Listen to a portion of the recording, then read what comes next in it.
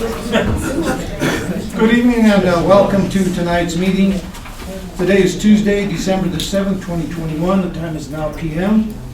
The regular meeting of the City Council of the City of Trinidad will now come to order. Would you please rise for the roll call? Ms. Krivic, would you please lead us in the Pledge of Allegiance, please? I pledge allegiance to the flag of the United States of America and to the republic for which it stands, one nation, under God, indivisible, with liberty and justice for all.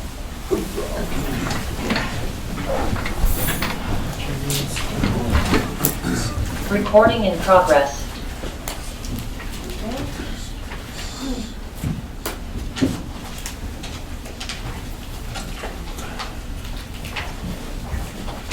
Have a roll call, please. Bono? Here. Goodall? Here. Grado? Here. Ogletree? Here. Shu? Here. Williamson? Here. Rico? Here. This time I'd like to read proclamation. Ms. Krivic, would you please come forward?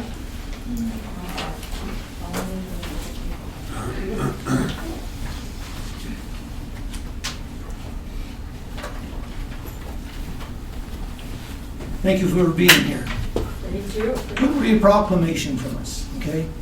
Office of Mayor, Trinidad, Colorado Proclamation, Grace Krivic Day, December the 8th, 2021.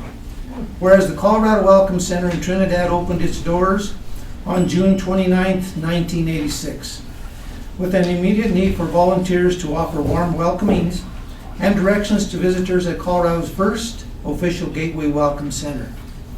And whereas from that day on, Trinidad native Grace Krivic answered the call, volunteering her talent, her time selflessly, and sharing her appreciation of our state to travelers far and wide. And whereas without the volunteers who serve our communities, much of what happens in a community would not be possible. And whereas Grace Krivic is a fine example of commitment to the community and serves as a role model for others. Now therefore I, Philip T. Rico, Mayor of the City of Trinidad, Colorado, on behalf of the entire Trinidad City Council, do hereby proclaim December the 8th, 2021 as Grace Krivic Day. In the City of Trinidad, Colorado, in acknowledgement and gratitude to Grace Krivic for many years in service hours, work for the betterment of the state and our community.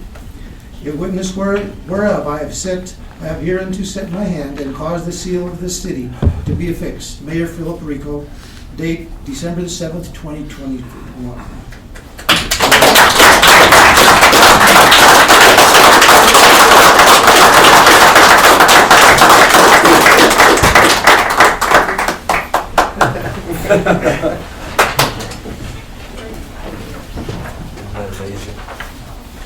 Here's your proclamation, and thank you for everything that you do. Okay. And here is some gift certificates for Walmart for $50. So thank you very much. And thank you. So I just want to say thank you for everything that you've done. Okay? Yeah. Thank you. Thank you. Anything I want. Anyone on council wants to congratulate her, please do it this time. I would like to.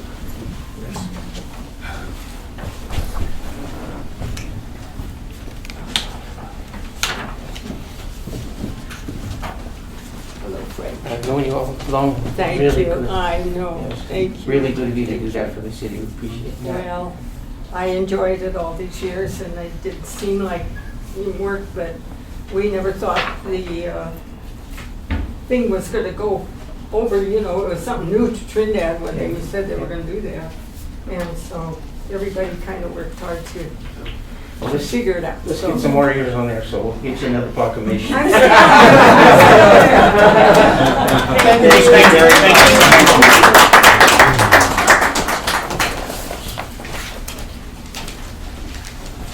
What a wonderful accomplishment for this lady and the time that she has given to this community. Just thanks again. Item 2, approval of the agenda. Any changes that council would like to make? Entertain a motion? Make a motion to approve the agenda. Second. Second. Call the vote, please. DeBono? Yes. Goodall? Yes. Griego? Yes. Ogletree? Yes. Shu? Yes. Williamson? Yes. Rico? Yes. Item 3, policy items and staff reports. Mr. Valentine, do you have anything at this time? I do have a couple things I just wanted to mention. I do have a letter from, I think you guys all saw that, from Tim Chrysler, his resignation from the Park and Recreation Board. He's going to go on and do other things. We also got an invite to the Artocade on December the 31st from 4 to 8 p.m. I guess they're just kind of giving Rodney Wood and Susan Palmer a goodbye. This was received from Rebecca Donnelly. And also wanted to, Mr. Valentine wants you to reach out to all the staff who have decorated the community. It looks great. Thank you Yes, very it much for does. everything that you guys have done. It looks really, really nice. I know that tonight we have a pretty big agenda, and it could very well be that I'll take a look at it, depending as to how it goes after the liquor licenses. If it goes on very long, I might take a 10-minute recess and go into miscellaneous after that, so just to let everybody know that. Do we have anybody signed up to speak?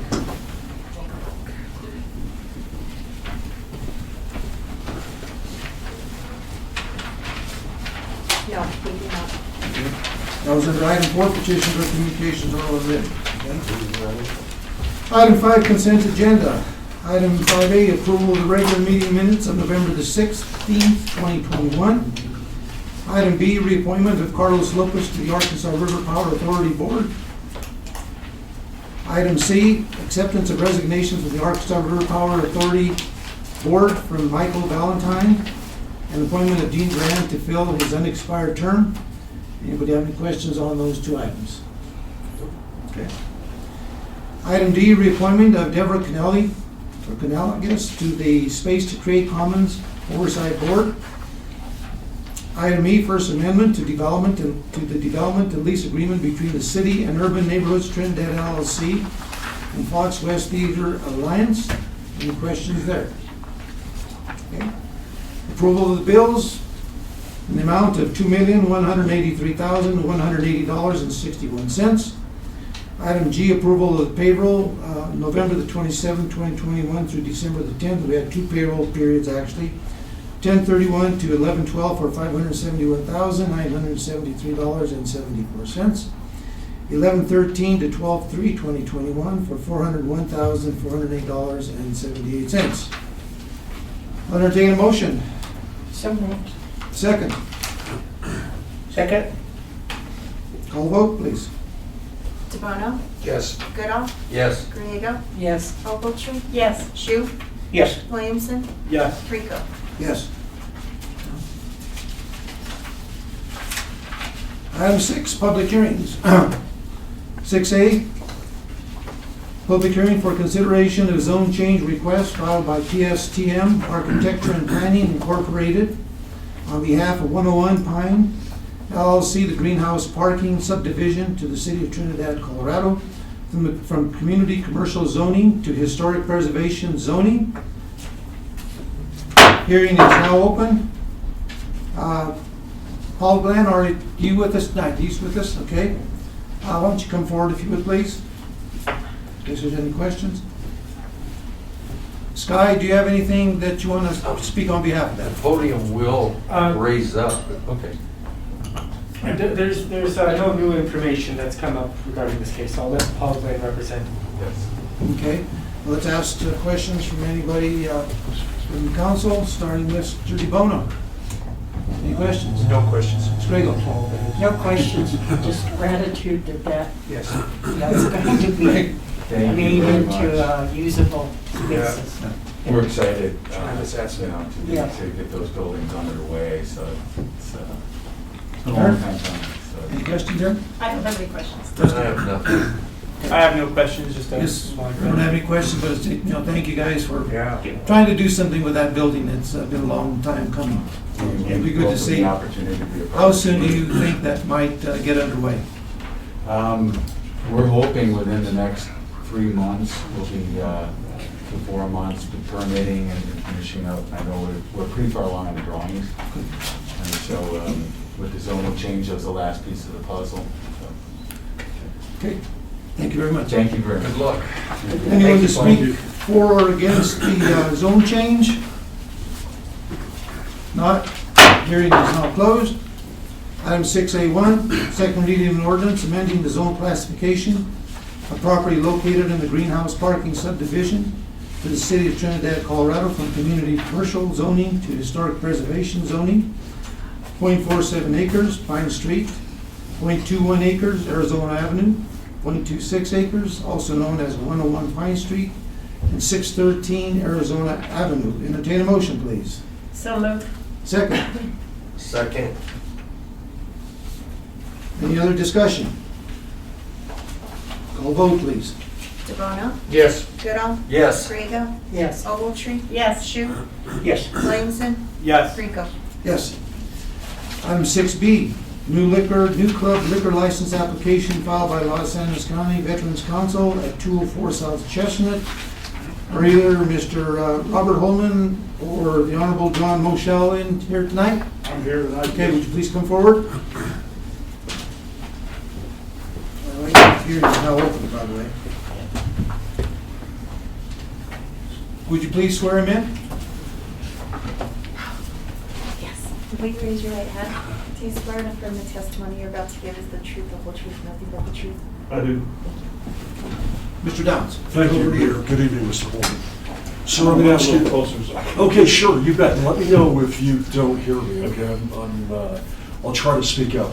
So, Mr. Holman, you are here this evening representing the Los Angeles County Veterans Council, is that correct, sir? That is correct. Okay, and this is an application for a club liquor license? It is. Okay, for the premises we know is Fort Wooten? It is. Okay, thank you, sir. And that, I believe, is at 204 South Chestnut Street in Trinidad? Correct. Okay, thank you, sir. And the Los Angeles County Veterans Council, this is a non-profit corporation, is that correct? It is. Okay, thank you. And it is my understanding, sir, that the Veterans Council owns the property, correct? It does. Okay, and right now, for the corporation, you are serving as acting chairman? Correct. Okay, and then the guy I refer to as Judge Michelle, but Mr. Michelle is the secretary. He is. Mr. William Phillips is the treasurer. Correct. All of you have submitted background checks and have passed them all. Is that correct, sir? To my knowledge, yes. Okay. Now, I want to ask you, Mr. Holman, you are planning, if you're approved for this liquor license, you would be having events there, I believe, and serving members and their guests. Correct. Okay. And only members and their guests, correct? Okay. And sir, I know you have the judge involved with you, but all of you understand the liquor laws for the state of Colorado and the city of Trinidad? We do. Okay. And you understand you have to comply with all those laws or you run the risk of losing your liquor license? Yes, sir. Okay, thank you, sir. And is there anything you would like to tell council? So, Only that we, as you mentioned, we're doing this basically for special events. At this time, we're hoping to have, 6 to 10, 12 events a year. And it's all to raise money for Fort Wooten and the Veterans Council. And so this seemed like one way to do it. And thanks for your consideration. and Mayor and Council, there does not need to be a petition circulated for a club license. As you can tell by the proposed findings, this is an abbreviated kind of proceeding. It's not like a normal liquor license, especially since they're only selling to club members, again, if they're approved. So that really is all the questions that I have of Mr. Holman with respect to this. Let's go ahead and check with council. Mr. DeBono. No, I just know everything you do, because I'm the council myself, goes towards the rehabilitation and the maintenance of Fort Wooten Memorial Square, so that's, I'm all for it. I need a clarification. So you mentioned that you're using liquor sales for fundraising. So is that okay to do that? Because you're bringing in people from the public. Well, they're actually not. You're not. They're not. It's When we have an event, we would like to be able to, like last summer, we had a music event with a beer garden, and we got a special events license for that. So it's being put on by the members. The people that come to those events are our guests. We also use Holloway Hall for people who want to put on special events. So in order to use Holloway Hall, some of the people that are signing the lease to use it have to be a member of the Los Animas County Veterans Council. And so therefore the other people that would be there would be their guests. Okay. So that's the way that works. Thank you. I just needed clarity. It won't be open to the public, people just wandering in and getting a drink. Okay, thank you. That's. No, I have no questions. I think it's a good idea. I have no questions. I have no questions. I have no questions. I don't have any questions. The only thing I have is in the event that, that Holloway Hall, they call it? Correct. That you have a dance of some kind for additional fundraising, will they have to come forward for an additional They will. Okay. Yes, sir, exactly, for a special events permit, that's correct. Yeah.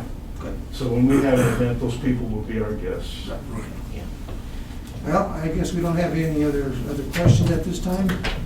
Thank you very much. Thank you. Anyone in the audience or listening want to speak for or against the liquor license application?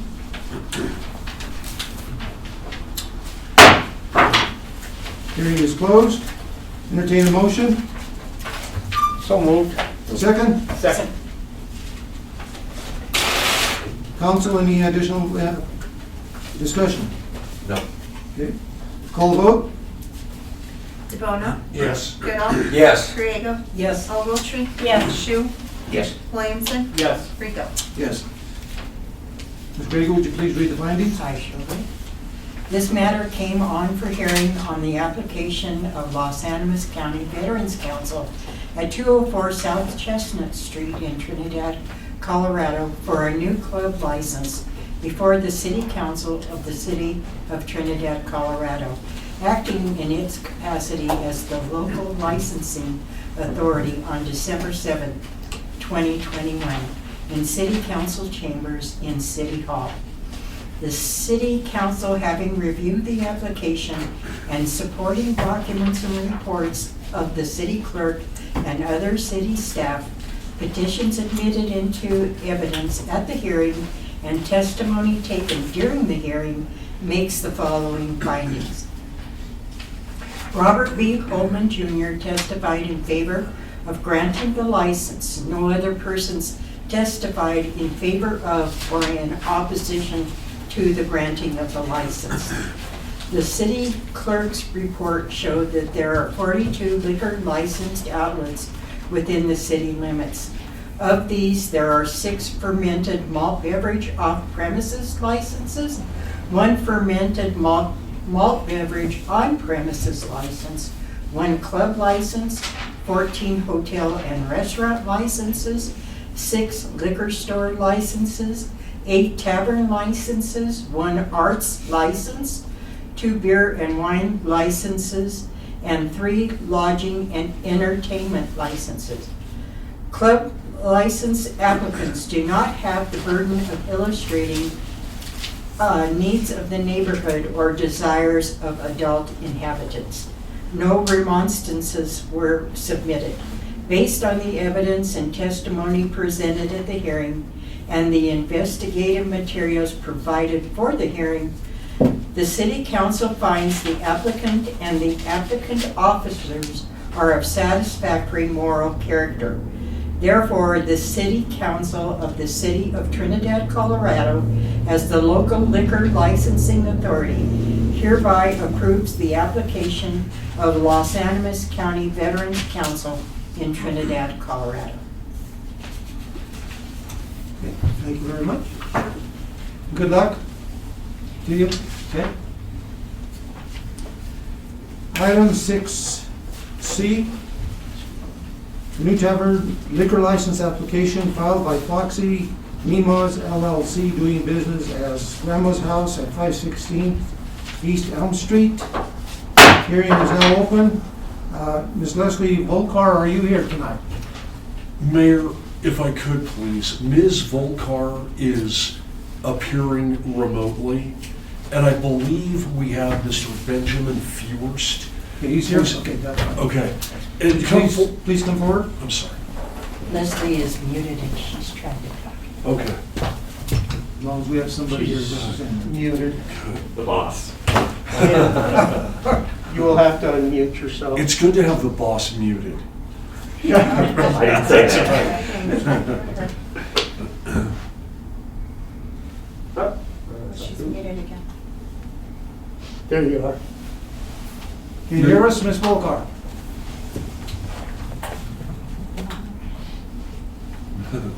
Can you say something because we're going to have to swear you in? She's muted. I think you may still be muted. No.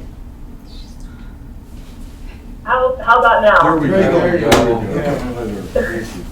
Would you I'm please- so would you sorry, please- I've never appeared before city council before. Would you please- I'll find my footing. Would you please swear them in? Will you raise your right hand, please? Do you swear affirm the testimony you're about to give is the truth, the whole truth, and nothing but the truth? I did. I do. Thank you. Mr. Dunn? Mayor, thank you. Good evening, sir. You are, I believe, Benjamin Fewurst? First, number one. First, okay, good. I was making that more difficult to pronounce. And Ms. Volkar, good evening, ma'am. Okay, so, sir, you are the manager Yeah. at this? Okay, thank you. And Ms. Volkar, you are the owner, I believe, or the sole managing member of Foxy Mimas LLC? That's correct. Okay, thank you. And Mayor and council members, I will tell you, when I called Ms. Volkar, I was told that this was going to be the arrangement. This was how they were going to do it. I think it would have been preferable to have had the owner here, but I thought this would be acceptable, and as long as we had Mr. First here live and in person. So I hope that's okay. So I'm going to ask you questions first, if I could please, ma'am, and just, I'll limit my questions to you, but if I could, you are Leslie Volkar? Yes, I am. Okay, and you are, like I just said, the sole managing member of Foxy Mimas LLC? That's correct. Okay, doing business as Grandma's House? Yes, that's right. Okay, and that's at 516 East Elm Street in Trinidad, ma'am? Yes, sir. Okay. And Foxy Mimas LLC, that's a Colorado corporation in good standing, incorporated in August of 2021. Does that sound correct? That is correct. Okay, thank you. And ma'am, since you are the only member of this LLC, you're the only one, I believe, who submitted yourself for a background application. Is that correct, or a background check?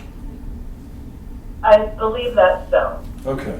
And as far as you know, that came back clear? Yes, that was just fine. And Ms. Volkar, I want to ask, where are you presently? Are you in the city of Denver? I am in the city of Denver currently. Okay. And can I ask you, ma'am, did you review your application before it was submitted to the city of Trinidad? I'm not sure. Okay. Thank you. And I know you may not have had your background check in by the time you reviewed the application. But ma'am, I want to ask you if you would please begin by telling council what it is you're doing there, like how the business is structured and what you're doing in terms of Sexy Pizza and this proposed liquor establishment. Please. Absolutely. Sexy Pizza purchased the building, the historic train depot, and we will be partnering with them, running a full bar on one side of the establishment. So we will be providing alcoholic beverages to the entirety of the patrons of that establishment. Or we propose to be. Okay. And as we have as part of your packet, there is a concession agreement, I believe, between your corporation and Sexy Pizza. Is that right? That's right. Okay. And so, I'm a master of stating the obvious, but Sexy Pete's is not the liquor license holder. It's your corporation, Foxy Mimas. That's correct. We will be the sole liquor license owner. Okay. Yes. And they're simply on the property preparing pizzas for sale and delivery, is that right? Correct. Okay, thank you, ma'am. And if I could please now, I'll ask you a few questions, Mr. First. So, sir, you are the manager at this establishment, is that correct? Mm-hmm. Okay. And I'm sorry, I'm going to need you to answer yes or no. Oh, yes. Okay, thank you. And could you tell us, please, sir, are you familiar with the liquor laws of the state of Colorado and the Yes. century? Okay. Are you going to be the day-to-day manager for the premises? Yes. Okay. And have you ever managed a liquor license establishment previously? I've managed in a liquor license Okay. holding establishment, yes. Okay. And when would you, if you were approved for this liquor license, when would you start the business of selling liquor for on-premises consumption? Go ahead. I'm hopeful we should be ready to go with everything within a week upon approval of a liquor license. Okay, if you're approved. Yeah. Okay. And I want to ask, back to you, Ms. Volkar, and that is, your company rents, I believe, the landlord is 516 East Elm LLC? Yes, that's correct. Okay. By and through Jeff Shanahan, the landlord? That's right. Okay. Who represents, I should say, the LLC that is the landlord, is that correct? Yes. Okay, all right, thank you, ma'am.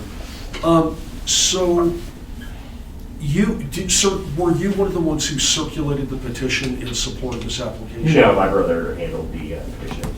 Okay, did you help in any way? I was around, but he collected the signatures. Okay, and so do you know the results of the petition circulation? That is, there were 91 signatures obtained, 75 valid from residents or business owners? I did not hear the validity of them, but that's good Okay. to hear that there was that good of a number. But he did tell me he got over, I think 90 was what the number he told me that he had gotten. Okay, Total. and that it was 100% in favor, the petitions, and the petition is contained in the packet, mayor and council members. Also, there is a clear, like I was asking her, a clear criminal history for Ms. Volkar.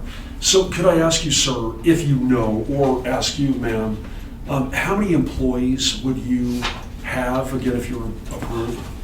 Initially, we're looking outside of myself to probably start around, I would say 4 to 6 is the number I think we're probably looking at right now. Okay, do you know what TIPS training is? Yes, I actually am scheduled to get TIPS. I have it, so I'm from Ohio originally. I'm pretty sure I had a TIPS certification done in Ohio, and I don't know if it's different state to state, but I'm pretty sure I did one in Ohio. I feel old, 15, 20 years ago. And I am scheduling for myself to be TIPS certified hopefully within the week here in Colorado. Okay. And we, I believe, are planning on having our entire staff, we will pay for them to get their TIPS certification as well. Good answer, sir, thank you. And since you are the manager, and you're going to be the day-to-day person who is responsible for the conduct of the business, again, if you're approved? Yes. Okay.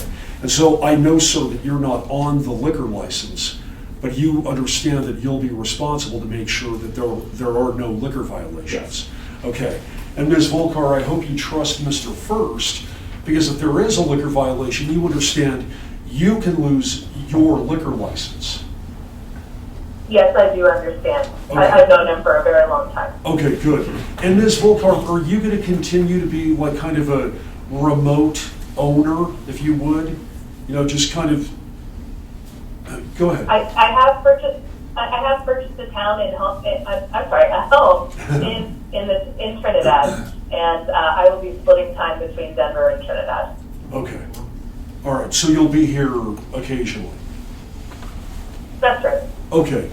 And so I just want to say to both of you, you understand that if you are approved, you have an ongoing obligation to cooperate with all city officials with respect to your business, your liquor license. You understand that, Mr. First? Yes, absolutely. Ms. Volkar, you understand that, ma'am? Okay. Yes, sir. And do you have any questions, Mr. First, or anything you'd like to say to council? No, we're just very excited to be a part of this community. I mean, I'm from Cleveland, Ohio, so this is a little different, but I other than the spiders here that I'm not used to, I think it's an amazing town, and I'm excited to be here for a very long time to come. Good, good. Ms. Volkar, is there anything you'd like to tell City Council, ma'am? Sure. So it was October of last year. My friends that ended up opening the Trinidad Lounge told me about this opportunity, and I came down the very next weekend. And I have to tell you, I just fell in love with this town, and I see so much positive growth potential on the horizon, and I'd just be so delighted to be a part of it. Thank you for all you've built. Thank you, ma'am. Thank you, sir. Mayor and council members, I have no further questions. Mr. DeBonne? No, just welcome to the community. Thank you. Glad to be here. Ms. Green? Just a point of clarification, so you're gonna have staff that's unique to Grandma's house, and then you're gonna have staff that's unique to the pizza parlor, correct? Yeah, they are their own entity, Right. and we are our So, own entity. so the pizza parlor people will not be serving your alcohol? Okay, That's our staff, I just yes. wanted to make sure. No, I have no. No questions. And I'm a fellow Ohioan. Really? Where from? Toledo. Toledo, Shaker Heights. You're closer to Cedar Point than us, so I am. Yeah. I miss that Well, place. I'm excited that y'all are here. Me too. Welcome, Trinidad. Good luck. Thank you. I have no questions. I do have a question and an actual concern. My concern is, in the application, you talked about parking, and it's going to be strictly, I missed what you did about what? strictly, because the parking Oh, is strictly, parking. on-street parking. And that is a concern to me because that street is very narrow. As a matter of fact, we have an issue right now with actually the Space Grade project down the street from you where people are parking on the street and it's impeding on the right lane, going east. So with an establishment such as this, it's going to be a very busy establishment. Ms. Volkar, I do know that the property that's empty next to you is owned by the same corporation, is that correct? I'm sorry, am I aware of who owns it? The I'm sorry, what was the question? the empty lot that's adjacent to the depot there, who owns that? Is that owned by the same company that is leasing to you? To be perfectly honest, I'm not sure. Because if there's, Just to clarify, there's a huge parking lot. Yes. Yeah, yeah, that's ours. It's right, That's unless I say right, there's a huge parking lot that I believe is because owned by. the concern that I had is Yeah. it said that the parking was going to be strictly on the street. Oh, So I yeah. just want to make sure that if that's the case, it's going to be. I don't want to, don't quote me, but all of the guests that I've seen from my time Okay. doing the construction and setup, all of the patrons of Sexy Pizza are parking in that lot. So it's my understanding that is our sole lot, and it's very sizable. Yeah, I go by there quite a bit and I see their parking in there, but when I saw that, it kind of caused some concern for me.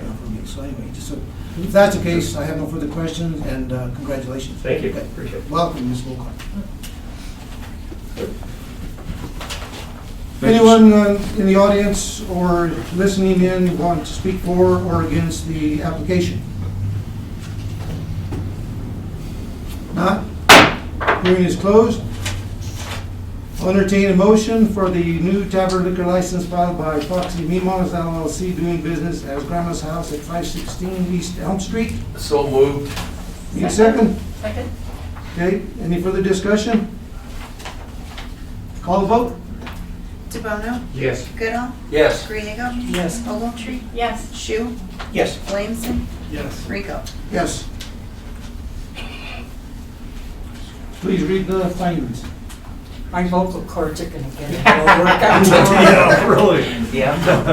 Okay. I think you brought your glasses. Yes, and they're clean. This matter came on for hearing on the application of Foxy Mimos LLC doing business as Grandma's House at 516 East Elm Street in Trinidad, Colorado for a new tavern liquor license before the City Council of the City of Trinidad, Colorado, acting in its capacity as the local licensing authority on December 7th, 2021, in City Council chambers in City Hall. The City Council, having reviewed the application and supporting documents and reports of the city clerk and other city staff, petitions admitted into evidence at the hearing, and testimony taken during the hearing, makes the following findings. The neighborhood consists of that area located within the city's corporate limits. Leslie Volkar and Benjamin First testified in favor of granting the license. No other persons testified in favor of or in opposition to the granting of the license. The city clerk's report showed that there are 42 liquor licensed outlets within the neighborhood. Of these, there are 6 fermented malt beverage off-premise licenses, 1 fermented malt beverage on-premises license, 1 club license, 14 hotel and restaurant licenses, 6 liquor store licenses, 8 tavern licenses, 1 arts license, 2 beer and wine licenses, and 3 lodging and entertainment licenses. The applicant submitted petitions regarding the liquor license application. The petitions contain 91 total signatures, of which 75 were residents or business representatives but from within the neighborhood, 21 years of age or older, in favor of issuance of a liquor license at this location. No remonstrances were submitted. The applicant, through testimony and other evidence, made a prima facie showing that the reasonable requirements of the neighborhood are not being met by existing liquor outlets, and that the adult inhabitants of the neighborhood favor issuance of the license.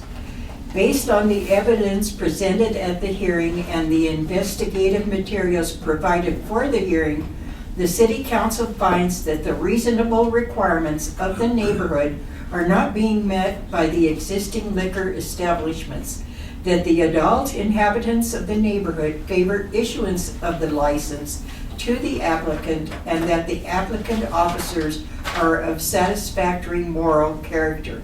Therefore, the City Council of the City of Trinidad, Colorado, as the local liquor licensing authority, hereby approves the application of Foxy Mimas LLC, doing business as Grandma's House at 516 East Elm Street in Trinidad, Colorado. Thank you, Ms. Green. Go and take a deep breath. Yeah. Okay, thank you. Ms. Volkar, congratulations and thank you for investing in Trinidad. Thank you very much and good luck. Yes. Thank you so much. I'm very excited. Okay. Thank you. Bill, before you go on to this one here. Yes. On which one? On this one here. On this one. Scott. Yes, sir. Did you bring some pizza with you tonight? Because if you did, I'm gonna have that police officer escort you out too. Because I warned you the last time you were here. Allison just said you can have I won't let the third strike happen. We can have it delivered.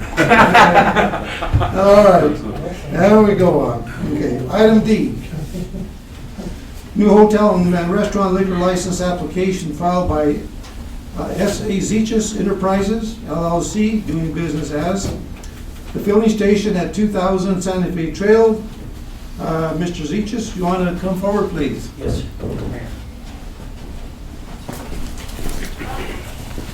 Hearing is now open.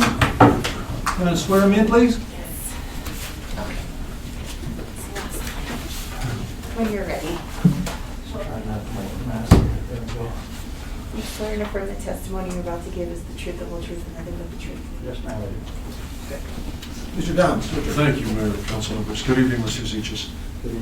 You have listened to all my questions, so you kind of know what all the questions are going to be, but thank you for being here, and it's a lot easier to have an applicant hear it in person. So, sir, you are the sole member, I believe, of S.A.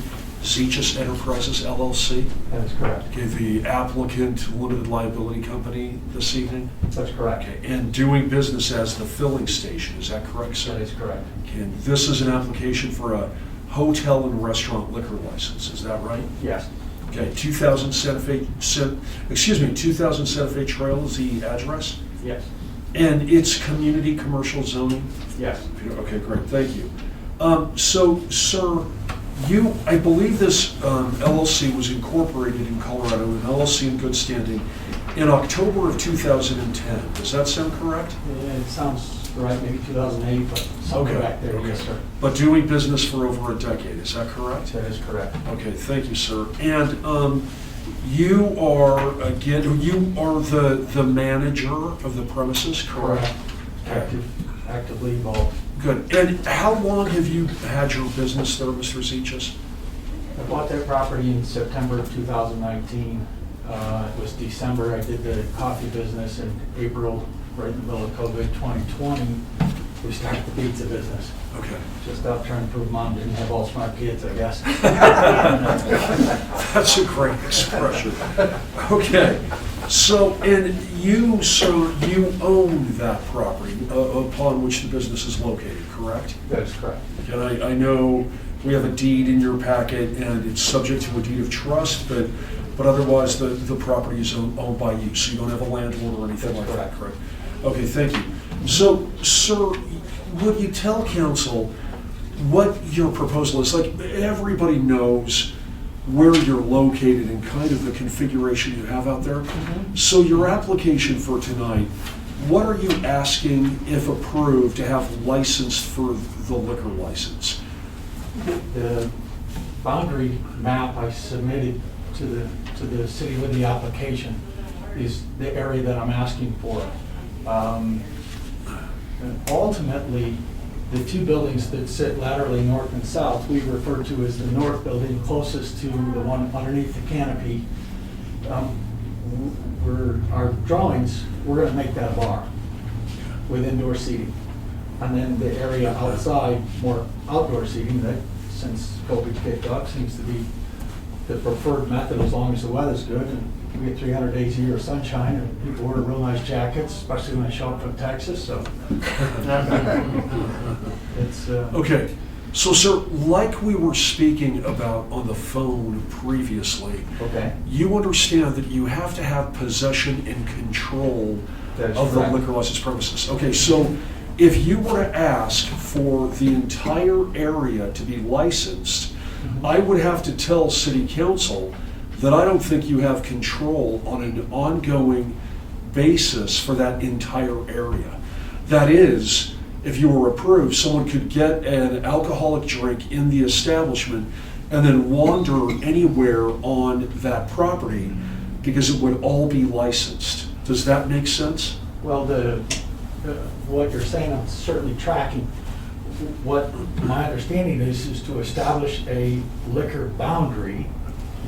We often refer to this quickly as the fenced area, but to visually identify a boundary that has the signs that says no alcohol beyond this point, with in the drawings with enter and exit points there that have to be managed. Okay. So do you have a fence around the premises now? No, sir. Okay. So you don't have points of ingress and egress. I mean, you don't have, anyone could kind of come and go throughout the boundary of the property. And so I would just say to you, sir, that you don't have control over the entire property, at least not yet. And I'm not giving you legal advice, I can't do that. But like I said, if you're asking for a liquor license for the premises, for the restaurant, and also the patio area for which we have diagrams, I can recommend, if everything else is okay, recommend to my client that they approve that for, on the liquor license application. But I can't recommend that they approve a liquor license for the entire area. I just can't do that. It would be like the prior applicant giving them a liquor license for the parking lot, right? And so people can go out there and stand out there, but you can't control it. And you don't have control over the entire area. I understand your point, sir. Okay.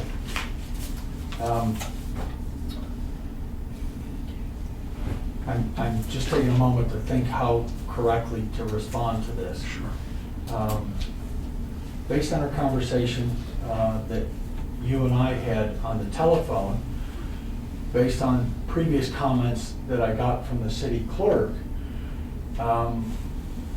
my understanding in the map that I provided, that is the area that I will, again, I'll use the word fence, but I think it is an improper word to use, to establish a visual boundary. And I've looked through both the city's rules and the state's rules, and I've yet to see where there's a definition of what all of that is. And I've asked for help, but that hasn't arrived yet, but I'm confident it's coming. So, based on your comments here, how do we proceed to say, do you want me to reestablish a smaller boundary area that you could approve as you just described? Or are you, I'm not certain how to proceed from here, Okay. because I certainly want your blessing as well as everybody else's. I understand. And Mr. Zeachis, please know, I mean, I can't really suggest to you what I think you want to do. I get that. I get But that point. I do want to say, you just used the term visual boundary. Mhm. And visual boundary is not control over a proposed liquor license premises. But what I'm suggesting to you, sir, is that, and I talked to Ms. Garrett right after I spoke to you, and I don't mean to speak for her, but I think she agrees with me in terms of what I'm saying. If you license the premises, then you are always free to ask for a modification of the premises later on. And when you can demonstrate control, like an area that, say, is connected to this restaurant area, then we can consider a modification of premises. And we can do that. Or if you do an entire fenced-in area for all the, the lot you have out there, and you have people monitoring, the place where they come in and they leave, the ingress and egress, then you might be okay. And we'd have to consider that when you did the modification of premises. But I just think that a whole outdoor area is not an area that you can represent. You have, ongoing control over for purposes of monitoring, drinking going on outside. You do, I think, the patio area, but not the whole area if that all were to be licensed. If that whole area were to be fenced, Yes. then would you say that it could be controlled? I would, yes, sir. Wonderful. And Yeah. so I want to point out that I spoke with the city clerk about this specific thing, because you see, we're talking, ladies and gentlemen, about 45,000 square feet of space in that drawing. I didn't want to put up the capital to fence the property until I had approval of the liquor license. And I asked if that was okay. And again, I asked for the regulations. I haven't seen that yet, although I have in front of me both the state and the city's rules, but I haven't seen that part about the boundary. Okay. I could have been prepared to say, look, the property is boundaried, but I didn't realize until today this was a discussion. Right. So, Mr. Zeachis, I'm telling you, it's not our position or it's not our role to give you legal advice, and it's not our role to tell you where you find the relevant legal provisions. I am telling you here that in order to get a liquor license, you have to have possession and control over the area that you want to have licensed, okay? I'm tracking that. Okay, good, thank you. And so, otherwise, it would be, and you said, if I were to build a fence, would you consider that? We can't deal, though, with variables or future things that may happen, right? So we can't say, go ahead and have a liquor license for the whole area, and we'll hope that you build a fence. I'm moving on from that point. But if you want to find a legal definition or a legal requirement for your having to have possession and control, I suppose I can cite to you to chapter and verse. But you need to know that if you don't demonstrate possession and control, you can't have a liquor license for that area. Okay? So I just want to make sure that you're okay going forward with this building and the patio area for your liquor license application, or would you like to, have this held, come back later? Well, I guess what I'd like is one more further point of clarification. And I'm sorry, I don't have the diagram in front of me, but I'm the guy that drew it, so I'm pretty familiar with it. Sure. So if then, I'm trying to understand here, I could modify the drawing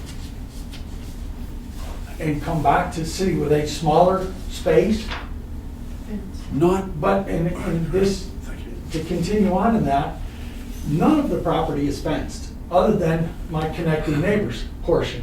Right. So if I go the effort and the expense to, let's say, fence the area around underneath the canopy and say, oh, I'm gonna make a beer garden, and there it is, in front of the north building. Yeah.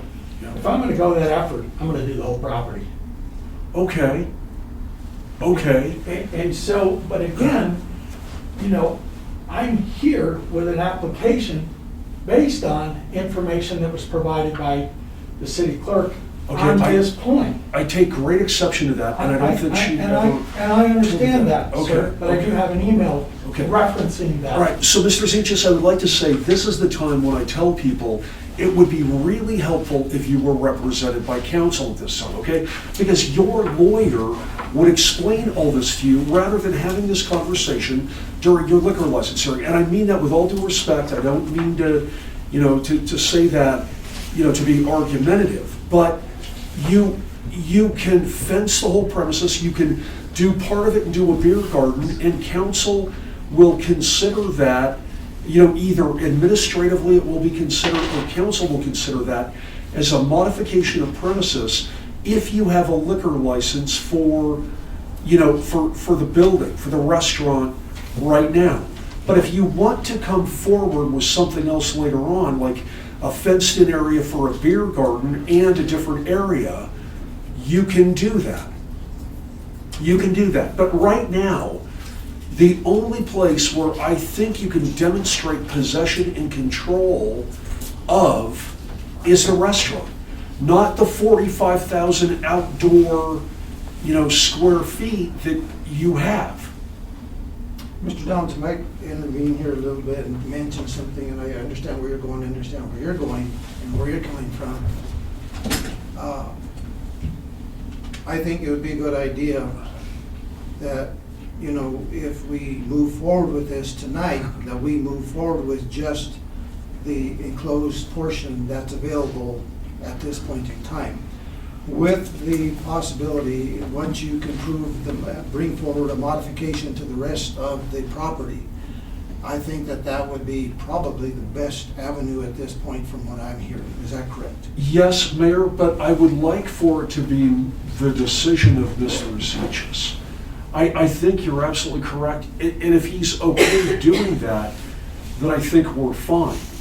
But if he would like to come back with a different, area to license, or a different proposal, I think he should also be given the opportunity to come back and resubmit with a different area. Otherwise, I agree completely. I just think it should be his decision. What are your thoughts on that? Mr. Mayor, I'm in total agreement, and earlier today in our conversation, I had mentioned exactly that. What I don't know, as the city attorney mentions, perhaps I gotta go back and see counsel on this, but I'm hoping it's much simpler. If we take a look at the map that's there, the north building and the space in front of the north building is part of what I'm asking for. Right. So if it becomes this now, that later kind of thing, the good news is everybody that's sitting on council knows, and I'm not pulling a slinky boy, so to speak. If I need to submit a new drawing to that, I would ask that we continue on, and I'd be given an opportunity to do that tomorrow, if possible. Okay, so we can't license something for which, you can't, for which you don't know the boundaries of, or the parameters of, right? It's understandable. Okay, and so I wish you could, but you can't. The only part that I can understand that we could license is the particular part that's basically enclosed that you have control of, and I think that's where Mr. Downs is coming from. And so, Am I correct? Yes. and so then the further complication becomes my pizza delivery business, and as I understand it now, you can deliver alcohol. So then the building, the trailer that was known previously as the coffee can is in fact now licensed as the filling station, and I have control over that. Then becomes the question, can I sell liquor out of that, whether it's to the space there or via delivery? Because I have control over that via either walk-up or from the delivery person delivering the pizza. Mr. Downs, would it be advisable, in this particular case, that we can table the motion tonight and bring forward in 30 days, a final resolution to this or final Yes. decision? Yes. And that way it'll give you an opportunity to do the modification however you want, if you want to talk to staff or Mr. Downs. Do you think that that would be the avenue to take? I do. And Mayor, I want to tell Mayor and council members that Mr. Zeitges and I did have this conversation on the phone today, and I thought we were good. I thought that we had an agreement that this was going to be the liquor license for now, and that, then he could again do a modification. But I do think that is a good idea. And I have a few other questions of Mr. Zeitges. Okay, if I could, please, just, okay, thank you, so we can kind of conclude that part. So, Mr. Downs, yes, sir. before you go to that, Sure. there's a little bit of the clarification Sure. that I'd like to ask about is,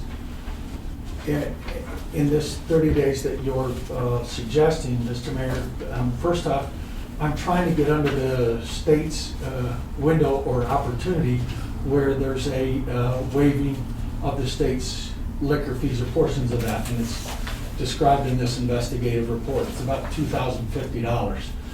And as I understand it, I'm in that window now, but I also understand that deadline is either today or the end of the month. And I don't want to miss out on that opportunity. Do you know which day that is? I don't. Ms. Garrett, do you know which date that would actually be? Yes, Mayor, it's today. However, the applicant has submitted for concurrent review with the state. They've received his payment and basically are awaiting the findings of this hearing. And so, with respect to the payment, he's under that window.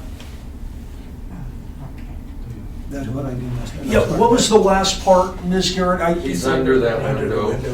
Thank you. He's under. Okay, so the first part then, that part is satisfied. And the second part of it is if I submit another drawing that shows a smaller area that is fenced or includes the control, that's what is being asked of me.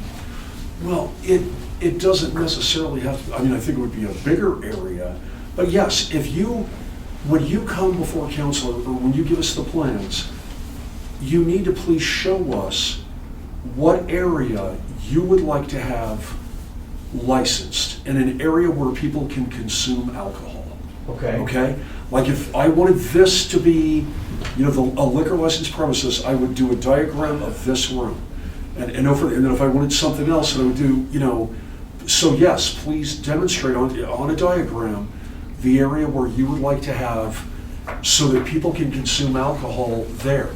But if it's outdoors, you just need like wait staff to be able to go out there. It needs to be part of a... And so whatever diagram I submit to the city for the application has to have already the boundary in place. Is that what I'm understanding? No, see, that's where I'm going. Didn't you say you were waiting for approval and you were gonna fence this before you serve alcohol? Is that what you were trying to say? Yes, sir. So can we not put a stipulation on this? He cannot serve, we can approve this and not allow him with the stipulation to serve alcohol until the boundaries are established. But we can't say that once the boundaries are established, that he can sell alcohol there, okay? Because that is a part of a liquor license application. We need to know what the layout is going to be, what staff he is going to have out there. We can't say conditionally, Councilman, that he can have a liquor license once he does those things. Let's simplify this. I think you understand where we're going with this, and I would say that, you still have an opportunity to come forward again with a new area that's going to be fenced in for your purpose. And I think that's all we're really asking for, to bring it forward, and we'll consider that like within that 30-day period, so that we can make sure that you're good and we're good with it. Mr. Mayor, Yes. I'm totally in agreement with what you're suggesting here. No problem at all. However, Mr. Downs just brought up something that nowhere has ever been brought up to my attention, and that is about labor. The only thing that the application requirement establishes or states is that I have to establish a boundary. So I did that. Okay. Mr. Zichas, you've established a boundary for the 45,000 square feet that you own. What I'm saying is you have to have an area in your possession and control. Like, you can't just have an area outside where people just wander with alcohol, right? And You have sir, to, go ahead. You're not willing to share with me the rule and the regulation? You have to have possession and control of the liquor license premises. So like this 45,000 square feet area, you don't have a fence, you can't have people just getting a drink inside and wandering outside with their drink. When you don't have anyone working out there, it's not part of the building, it's not part of anything. Right? So it's kind of a common sense approach. If you have a patio, you have tables, you have chairs, you have something that's connected, you obviously have that as part of the area where you're doing business. Mr. Downs, I was thinking one of the things that he's asking for, can we provide him maybe tomorrow with the actual verbiage? Sure. Saying that, I think that's what you're asking for. Yes. No, And that's one of the reasons for maybe this 30-day period, so that you guys can talk some more and get the actual information that's easy, that we're needing, so that we can make a good decision within that 30 days. Yes, and it's probably like within the first paragraph of the Colorado Liquor Code, that in order to ask for a liquor license, you have to have possession and control of the property. So yes, absolutely, I'll get in that citation. Okay, do you have any other questions for him? I have one more. It states in the drawing, fence line equals liquor boundary.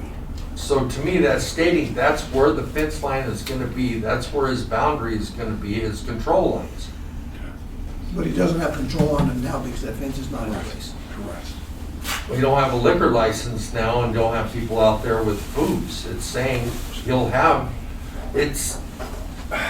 I know that how the Blues Fest does, a special events permit is different, but we set up our boundaries. You don't see those boundaries until you go out and inspect the day we're having an event. You're right. And then we have control of it. You do, but you have possession and control of the whole area. If it's the special district that we have. Right. You have possession and control of that.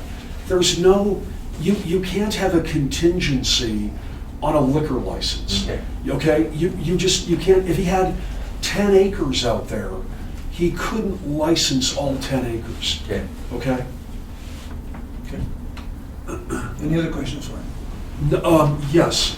So, Mr. Zichas, I just want to cover everything so that the only question is going to be the licensed premises. And the first one I want to ask, let me ask you this. You circulated the petition in support of your application, correct, sir? I did personally, yes, sir. Okay, thank you. And you obtained, just a moment, you obtained 89 signatures in total, and you don't know this, but 87 valid signatures. But of the signatures you obtained, 100% were in favor of your application, correct? As I understand it, yes, sir. There were no people who said no? None on my petition. They all were in favor, yes, sir. Okay, thank you. And you were the one who circulated the petition? Yes, sir. Okay, and thank signed you. and notarized that. All right, thank you. So, Mr. Zichas, I want to ask you, and like I mentioned, I was going to ask you about, In your background check, there was an entry from 1979. Right. And it's a third-degree burglary Mhm. from the state of New York Yes. that resulted in probation in the state of Wyoming, correct? State of New York, the county of Wyoming, yes, sir. Oh, okay, Yes. okay. I didn't know there was a Wyoming County in New York, but thank you. Very famous So- place, actually. Part- The state prison is there. Okay, okay. But would you tell council about that if you would, please, just what that was about? Mr. Don, let me ask you this. Sure. And I saw that, and because of the time frame, and we consider this when we have marijuana licenses, the same thing, and usually there's a shorter time frame. Is that really relevant because that's old? I would say it's relevant, Mayor, but it's not a disqualifier. And I don't think it constitutes bad moral character. So I'm happy to move on from that. I wanted to mention it and bring it to council's attention. If you're satisfied with that, I can let it Why don't we go. leave it up to Mr. Ziches if he wants to comment on that? If not, then I think we can. Yeah. Thank you, Mr. Mayor. It has been over 40 years. And I would tell you that I pled to that, so it's a fact. At that time, I was given what I think a lot of Americans got was a second chance. And I remember being set down and say, don't screw this up, because you only got one.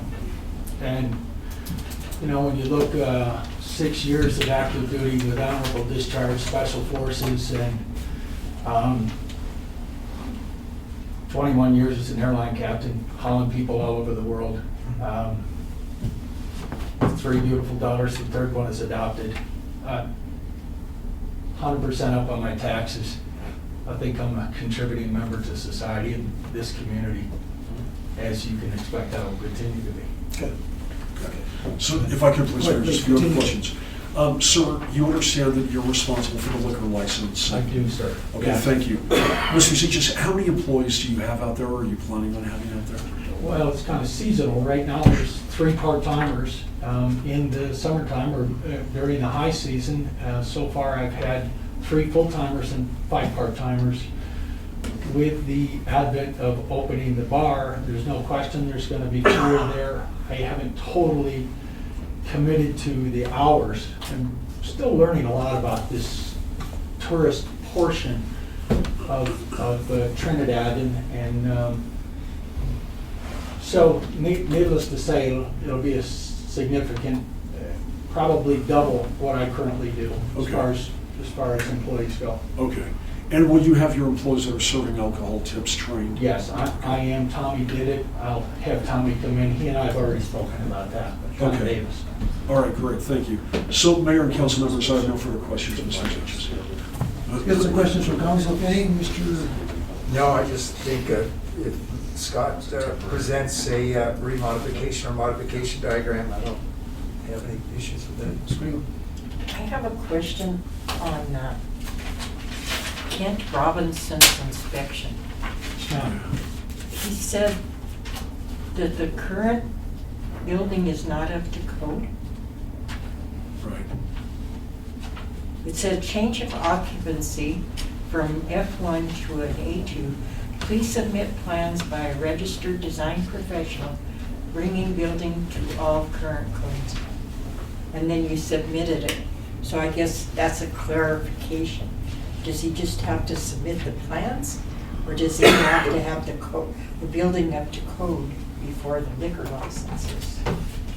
He has to have the building up to code, right, before the license can be issued. Especially if it's gonna have people in there, yes. Right. Well, and so then that goes back to the point of the, what is defined as the filling station. Okay, so that's going to be for you to tell us, sir. We don't tell you. Oh, okay. And Mr. Ziches, I do want to say, if I could please, I'm sorry for interrupting Councilman Griego, but it's very important that you understand, sir, as a condition of your license, that you need to cooperate with all city officials, building inspector, city manager, fire chief, police chief, on an ongoing basis. You need to cooperate with all city officials as a condition of your license. Yes, sir. Okay, thank you, sir. I just wanted to. That would be another thing to clarify, have for us when it's all said and done. Yeah. Okay. I know you got a full agenda and I want you to move forward, sir. Questions? Ms. Ogletree? I would like, it would be better for me if we were pointing to things on the wall so we could talk about it, because there are several diagrams that Mr. Zeitch's has submitted to us, and so I'm sitting here scrolling back, which one are we talking about? I'm presuming that it's the one, the large diagram that has a Right. fence boundary Yes, shown on ma'am, it? right. Okay. That's the latest amended. And that, ma'am, was amended as it was brought to my attention. I still don't understand this, that the kitchen must be part of the liquor boundary. Okay. Initially, I wanted my kitchen and my kitchen employees nowhere near the alcohol. But now I'm told, so I just amended it to say, okay, well, that's what I gotta live with. Okay. And I guess what you're saying, Mr. Downs, is that it's simply too large of an area that he's asking for, and the fact that he owns the property is not sufficient to show possession and control? It's not fenced right Okay, now. but, I mean, I can kind of understand what Mr. Goodall is saying too, that we get proposals that are made to us that show the way things will be when this is a going concern, and we don't usually have a problem with it. I'm just trying to figure out, in the context of liquor licenses, then it has to all be there, right, when they ask for the license? Well, because it basically is just a large part of it is an unimproved lot. It's an open area. Right. I get that. I've Okay, seen it. so with existing buildings where we have an existing, ongoing business happening right now,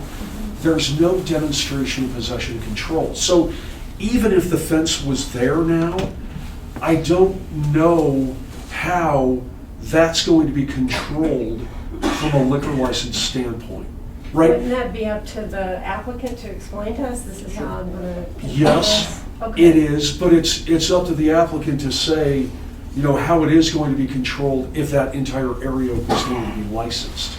And so right now, the area that he does have possession and control over are the the buildings, the structures. Okay, and there's no observation deck that's there yet? No, ma'am, those Okay. drawings have been submitted, but it's not Okay. approved or built at this Okay. time.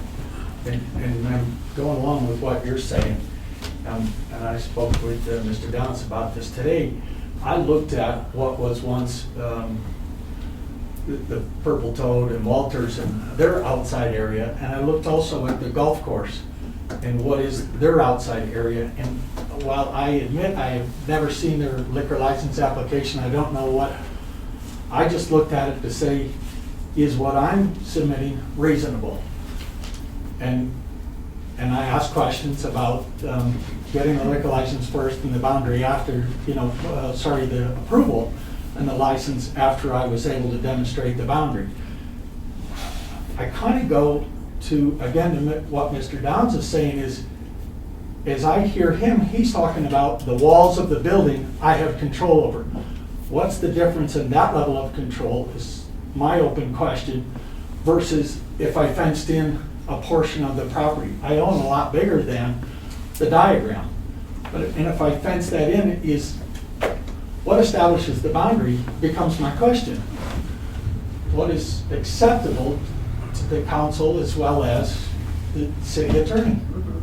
And if I could please, again, if there is a fencing in of something different than what is in that diagram, that's fine. But if Mr. Zeitch's were to get the liquor license, then if he can come forward and demonstrate, control over this area or what he's going to be doing, like is it like if there's a volleyball pit, horseshoes, people are out there in the summer, then he can do a modification of premises that is an administrative review. It's the easiest thing. Usually it's an administrative review now, so it's the easiest thing in the world. So what we have now is like an ongoing business concern in those shaded areas. We don't really have a demonstration of what the bigger area is going to be used for, done with. That's probably not grammatically correct. And also, I told Mr. Zeitch's about the Purple Toad and the golf course. I won't go down that rabbit hole, but people love to compare things, and this is different, and we're certainly not trying to require something of him that we would not require of anybody else who was similarly situated. Just want to say. I understand. Okay, thank I you. don't have any more questions. Mr. Goodall. I wish I had a better understanding because I don't get it, and I have to rely on what the city attorney advised me on. I really don't get this. You have the proposal here. I dealt with this at planning and zoning with marijuana. Said, yeah, you get the fences in, you can go grow the marijuana. You put up shading. I don't understand the difference when alcohol and marijuana is supposed to be the same, how this would be so different with the liquor license because the fence is not there. Can I give you another example, please, You can. Councilman Goodall? If this was a cultivation license and it was a marijuana license, Right. you could cultivate out there and that is your purpose. But there's no way you could have a retail marijuana license for the entire 45,000 square feet, right? Okay. You have to have it confined, and I'm not saying that for the liquor license. It's not that part I'm not getting. I'm saying when they come in with the plans Right. to get it approved, Right. we don't always see it already built when Right. we approve it. Yep. But when we have a set of plans in front of us that right on it says fence line equals liquor boundary, he's showing how he's gonna control it. Now, whether he explained it much, how he's gonna control it with people, exits, entrance, if that's what we're missing, is that what I'm hearing? In It's part- not that the fence is not there yet, and it will be, but how he's gonna control it once the fence is there? In part, and, Okay. and what the business plan is, what is going to be Right. going on out there. I Again, get Okay, that thank now, you. okay, it's Thank not you. that the fence ain't sitting there, more definition of how he's gonna control it also when the fence is there. Does that help you out at all, sir? Yes, it does. Okay. Mr. Goodall. It explains it much better to me It also. does. Likewise, I share the same feelings that Councilman Goodall expressed. It looks like a nice thing to me. I did want to ask, not you a question, but Mr. Downs. And sorry, I think I'm certain that this nail has been overdriven at this point.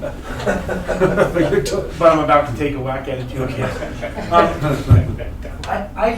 Is there a legal difference between a special events permit and the new hotel and restaurant permit that does not allow the permit to be granted on the establishment of a future boundary? I didn't follow that. well, there is a legal difference. I mean, a special events permit is a one-time thing, or, for a couple of days, but it's a one-time thing where you do have a proposed, event area, right, to use the Blues Fest.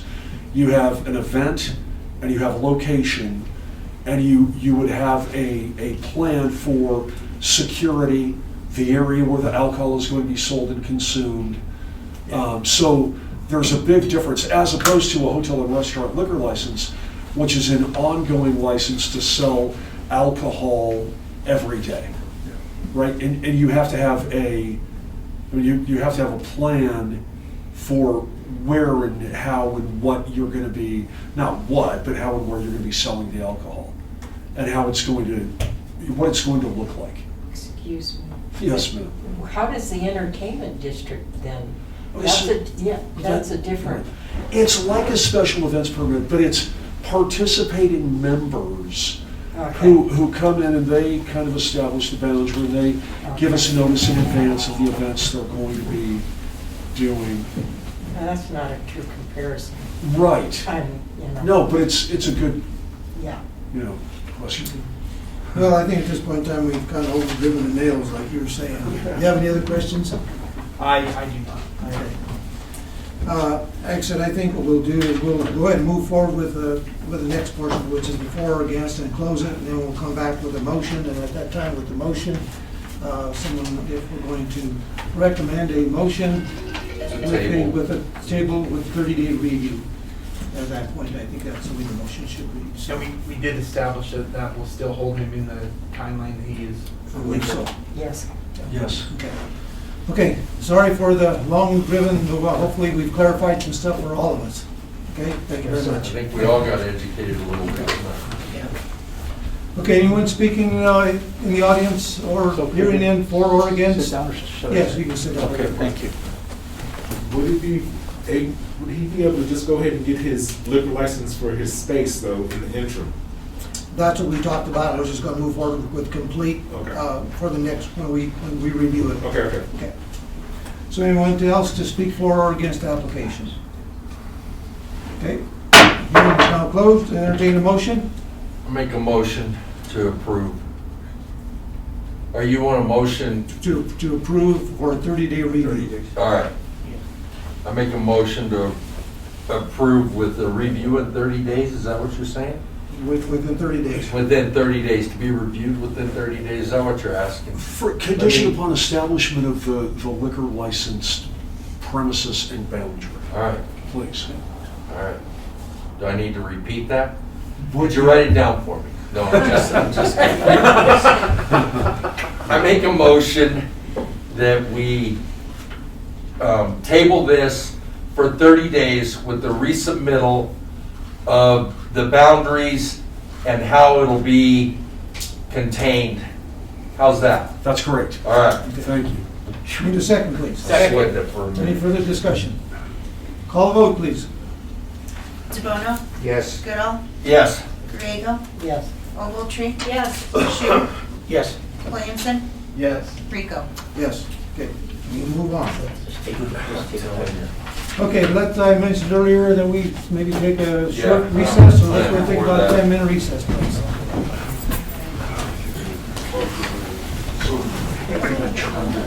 Come on. Social media. Recording stopped.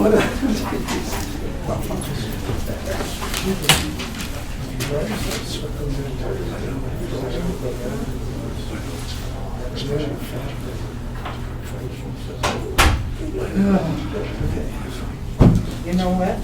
I am never gonna say, let's not have a meeting again. Yeah, that feels good. Blame it on me. No, we love you for that. Our lives have been. Sorry. Go ahead,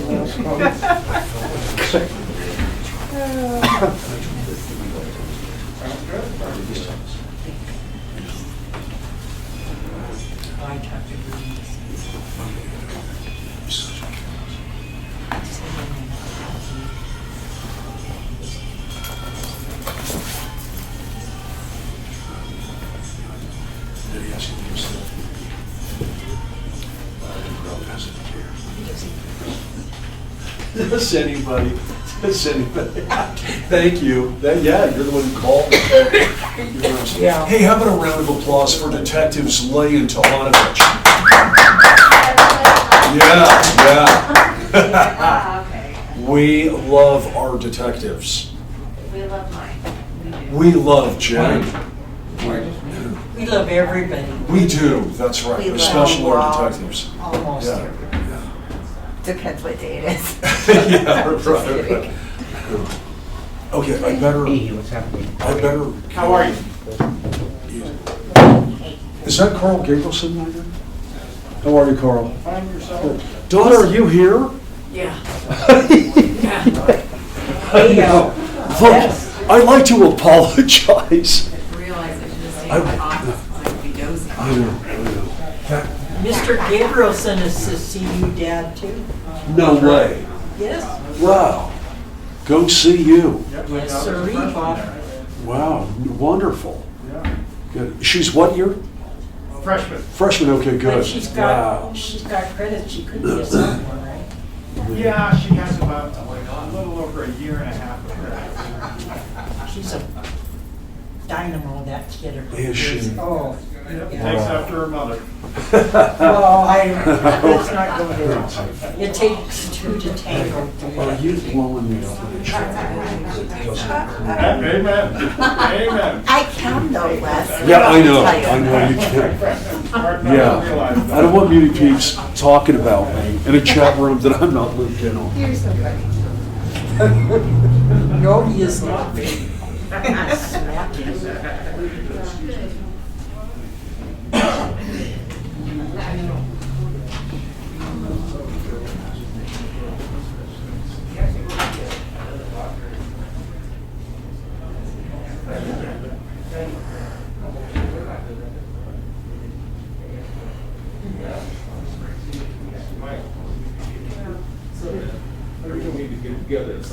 Sure. Hash out the Yeah.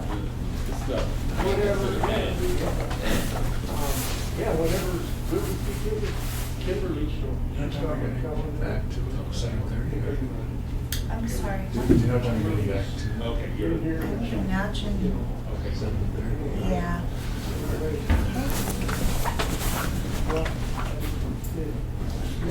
Ever change your Good luck.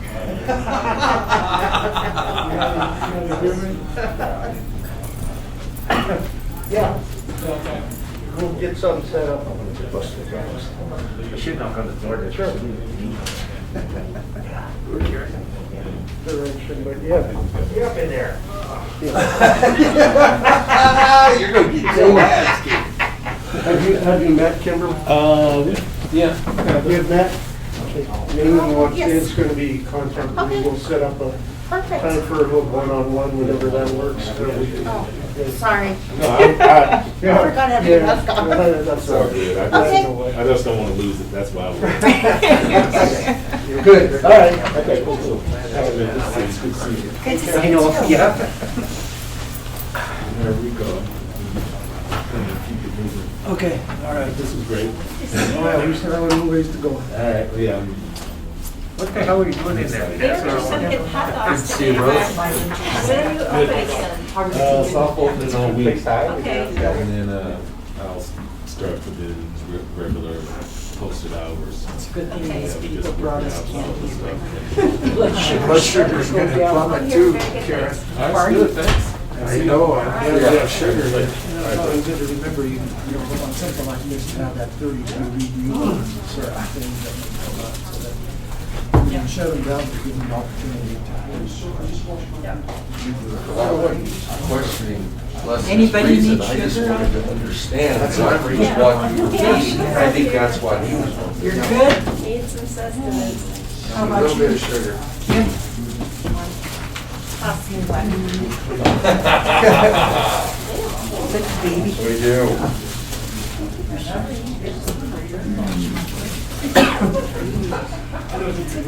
Oh, look, you twins.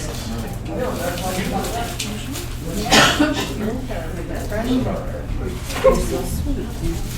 How about some extra You B12? got it. Gee, we missed you. Really? No. Yes, we did.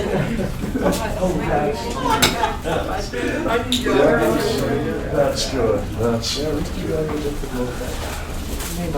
We're trying to thin out the audience. Right, You gotta piss everyone off and run them off. I know, that's right.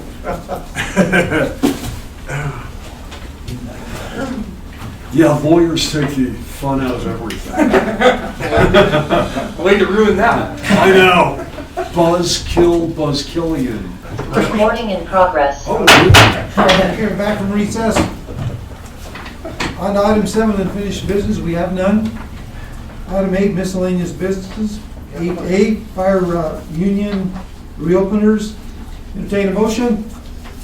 So moved. Second? Second. Okay. Discussion, Donna? Actually, yeah, you can ask Donna to come up. She was a part of the negotiating team and very helpful in everything in human resources, but what you have before you is 3 negotiated contracts. We'll start first with the fire department, the IAFF union. We had very fruitful negotiations with all 3 unions, and I think we've come to a good consensus on all of those. So, Mr. Valentine, before we, do you want us to move forward with all 3 of those at one time or individually? It's probably best to go individual, I mean, just because there are 3 different unions, so I think it's best we do all. Do 8A then first. Yeah. Or fire union. So, with the fire department, what you have before you, well, let me just back up. The contract is valid for a 3-year period on all of these, and every 3 years we have a reopener where we open up the contract and get any language or anything in the contract. In the subsequent years in between, there's ability to reopen for a wage and benefit consideration and 3 additional issues. So you'll see that in each one of these. The first being the fire. The request was for, well, there was back and forth. We agreed on an overall 5% wage increase broken down as follows. Employees will receive the 5% wage increase. And you'll see why that's, it's different with all 3 unions. So they get a direct 5% wage increase. They also requested that the newly hired firefighters receive personal days on a prorated basis. Currently, if you're hired after, and this where Donna will come in, after January, you receive nothing until the following January. So they thought, we've had a couple new positions hired on in March, and they have to wait all the way till the following year. So they agreed to, and we also suggested and agreed to this prorated amount of days depending on when you're hired. So they also requested that their payroll be adjusted for more consistent paychecks throughout the year. Currently, because of their work schedule, they have a certain pay period that has more hours in it, and then the next pay period has less hours. So when we're told when they have to give their pay stubs when you go apply for a loan or something, it's like, well, wait a minute, why is this one less? Why is this one more? So we agreed to be more consistent with that and pay them like in a salary, but based on hourly wage. Is that the reason for that 4896 change? Well, no, that's their other request. And that's basically changing the work schedule. Right now they're on 24/48, and there's a lot of force in overtime and callback time because of we're down 3 currently, right?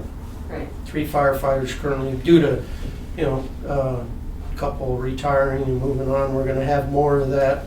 This 4896 schedule has been tried and proven. Donna actually called other community fire departments that are doing this, and for the most part it works. So we agreed to do this on a trial basis for 1 year, and then we'll reassess. What this does is it will give the firefighters, time to decompress and come down before they're called back in, especially currently on the 24/48. If they have to come back on a shift, they're only getting 24 off, and they're in constant motion. So those are the requests from the firefighters. Donna, do you have anything to add to that? No, that's it. Questions from council? Mr. No, I don't have any Related questions. Spiegel? No questions. No. The only question I had is if we're annualizing their salary, what happens if somebody leaves prematurely? We'll prorate it on the hourly, whatever was worked. Okay, yeah. Yeah. And it sounds like, I remember from our retreat that the fire chief was telling us he's having a hard time recruiting. Do we think these changes are going to make it easier to recruit? That is correct. That is also one of the things pointed out to us. Okay. Yes. Don't have anything else. I have nothing. No question. Don't have any questions myself, but go ahead. Let me just add that something that I didn't. When we initially put together a budget, I put a number in there, and when we had the work session, I told council, I'm in negotiations, but I put 3%. Well, through the budget process and everything, 5% works for us. It's reflected in the budget. You'll see later. So. Okay. If there's no further discussion, call vote, please. DeBono, Yes. Goodall, Yes. Griego, Yes. Ogletree, Yes. Shu, Yes. Williamson, Yes. Rico. Yes. So we did have a motion to approve. Did I miss that? Yes, yeah, Frank did and Karen, I think so. Sorry. 8B, police union reopeners, entertain a motion. So moved. Second, Second. discussion? Mr. Valentine? Sure. So this is with the, as you recall, the police department got out of ASME and they went with the Fraternal Order of Police. So this is kind of a first time with negotiating separately with the police. It went very well. So what we have here is an overall 6% wage increase broken down as follows. City will increase match to retirement plan by 2% to the total, bring the total city match to 12%, and employees will receive a 4% wage increase. However, employees will be required to increase their retirement contribution to 12%, currently at 10%. Now, council may have some questions on that. It would be helpful for Donna here to chime in. The police does not pay into Social Security, so they have their separate retirement. That's why this is to try and bring that up to match current employees. We're bringing current and other employees up to a 6%, and other employees pay into the Social Security. So this kind of elevates the police department to kind of match the rest of the city. We're continuing to work on that, so. Mr. Valentine, though, sometimes you want to mention on that retirement portion, and Donna, that may be something that you might want to look into. I attended the CML meeting this last Friday, and they were talking about some legislation for retirement for, I believe, policemen. Matter of fact, I asked Ms. Garrett to send all that information out to council for all of the legislation. So I mentioned that earlier, but there's something in there, so you might want to get and read that portion. Okay. I mean, Mike summed that up really well. What it's going to do is balance police department to get 12%. So in total, they're going to be putting 12% into retirement. Or other employees will get 6% retirement plus 6% Social Security. So we're all kind of balanced out there at 12. So it's nice. It'll be good. There was also, that was their wage benefit consideration. Then there was request that probationary and part-time employees may become members of the union while maintaining their probationary status.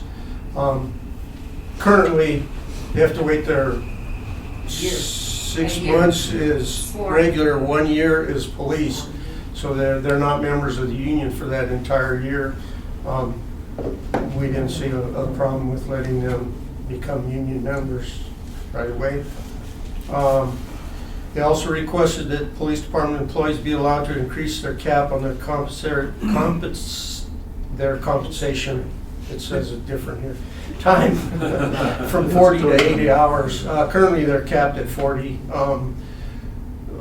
The police department does a lot, and especially when they're short-handed, they get a lot of comp time. We cap them out at 40, so then they either have to take it or take time off. So we moved it up to 80 hours. And then they requested that part-time sworn employees receive a clothing allowance of $225 per year. That matches our clothing allowance for other employees.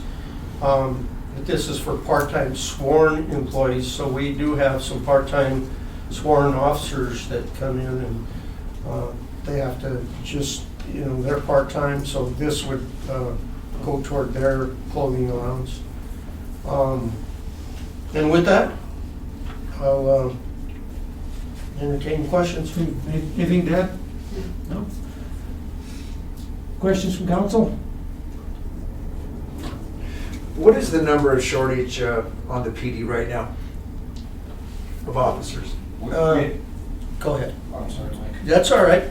We have union reps here, and both detectives come forward.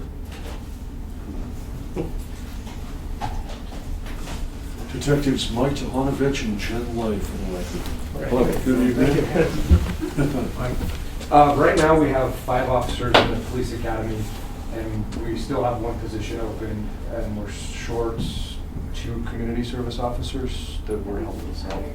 But I think they were hired up, so to put it out there like that, actually, we're probably gonna be short another officer now with another departure, so technically, we are short 7 police officers in the patrol ranks, or people out here doing the actual police work. So we're working at it and trying to make strides with the union negotiations to make us a little bit more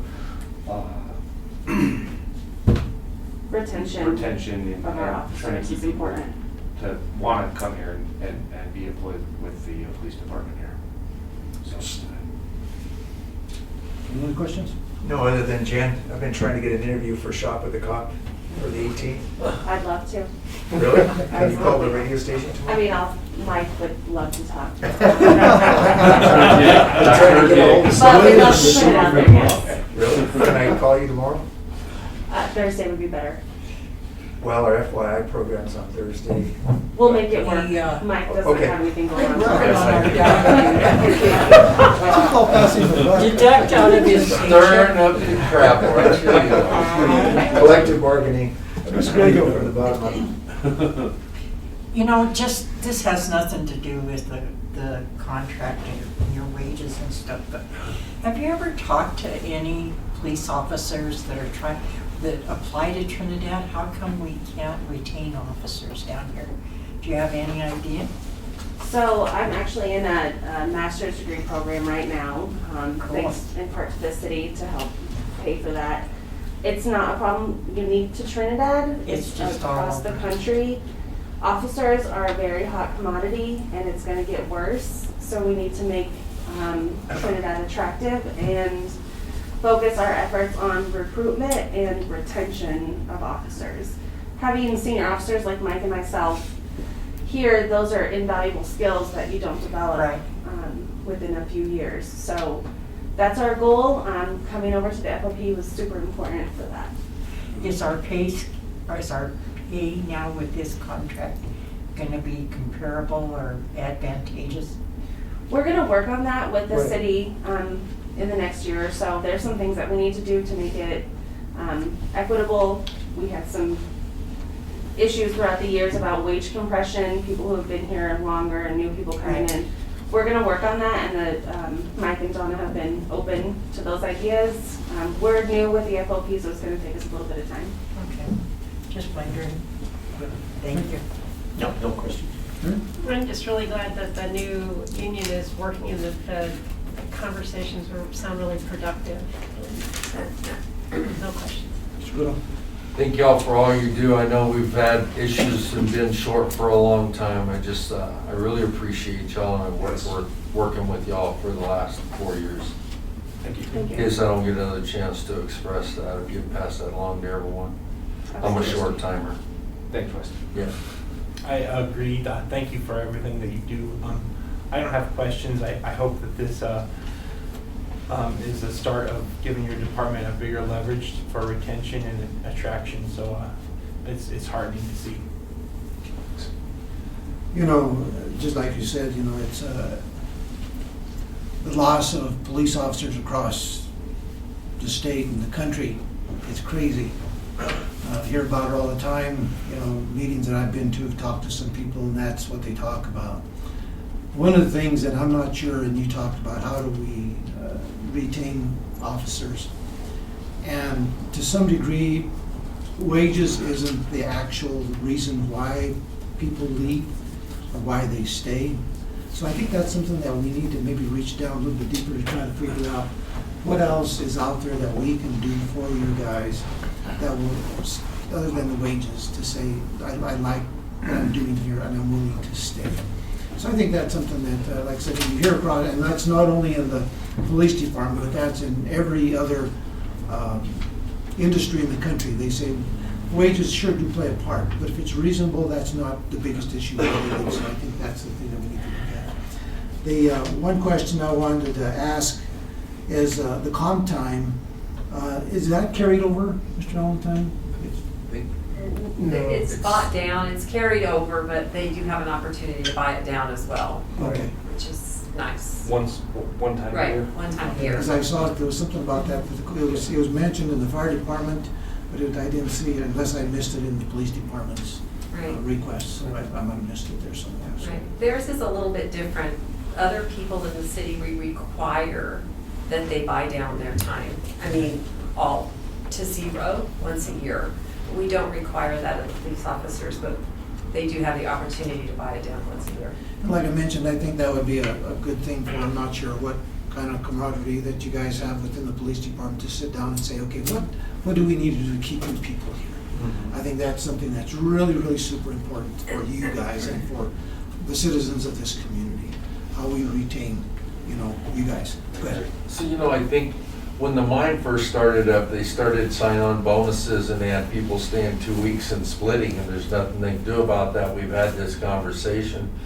Something that was brought to my attention, my son started working up there. At the end of a year, they give a bonus for staying on. Maybe that's a direction we should start to look at instead, giving people bonus for staying instead of a bonus for signing on.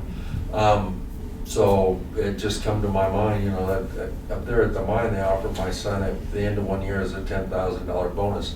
Don't even raise your eyebrows thinking the city could ever begin to offer something, but I'm just saying that's an example of a way to get people to stay on. We hear those rumors from bigger agencies and Well, stuff. we're getting recruited by other places. Yeah. We love it here. We're not going anywhere. Right. But other agencies are paying $10,000 or $15,000 just to come sign up. Right, I know. So. Well, a while back, just for information, I was in a meeting and I talked to a councilman from Arvada. They had that shooting, was it a year ago or a couple of years ago? And I think they had a police force of 170 or 80 people, officers. And after that shooting happened, 26 people resigned within the next few days. Wow. So it's that tedious of a situation that you guys, that we're faced with all the time. So. And like I said, we're short the 7. That we're down on manpower right now. We're only a department of 30 guys, 30 men and women. So taking 7 people away from shift work is hard because we're shuffling people back and forth. All it takes is one guy to go down and get hurt right now, and it kind of throws the marbles across the floor. And the biggest problem, I guess, is with all these, all the issues with policemen in other cities. They're being abusive and all that. I think that's what's creating a lot of this. And it seems like, we have, police officers here that really, watch what you're doing. So we really appreciate that. We have a very upstanding group of individuals in our department. Okay. Very much. Any other questions? Okay, call a vote, please. Thank you very much. Thank you for everything you do. Thank you. Thank you. DeBono? Yes. Goodall? Yes. Griego? Yes. Ogletree? Yes. Shu? Yes. Williamson? Yes. Rico? Yes. Item 8C, General Services Union Openers. Entertain a motion. So moved. Second, Second. discussion, Mr. Valentine.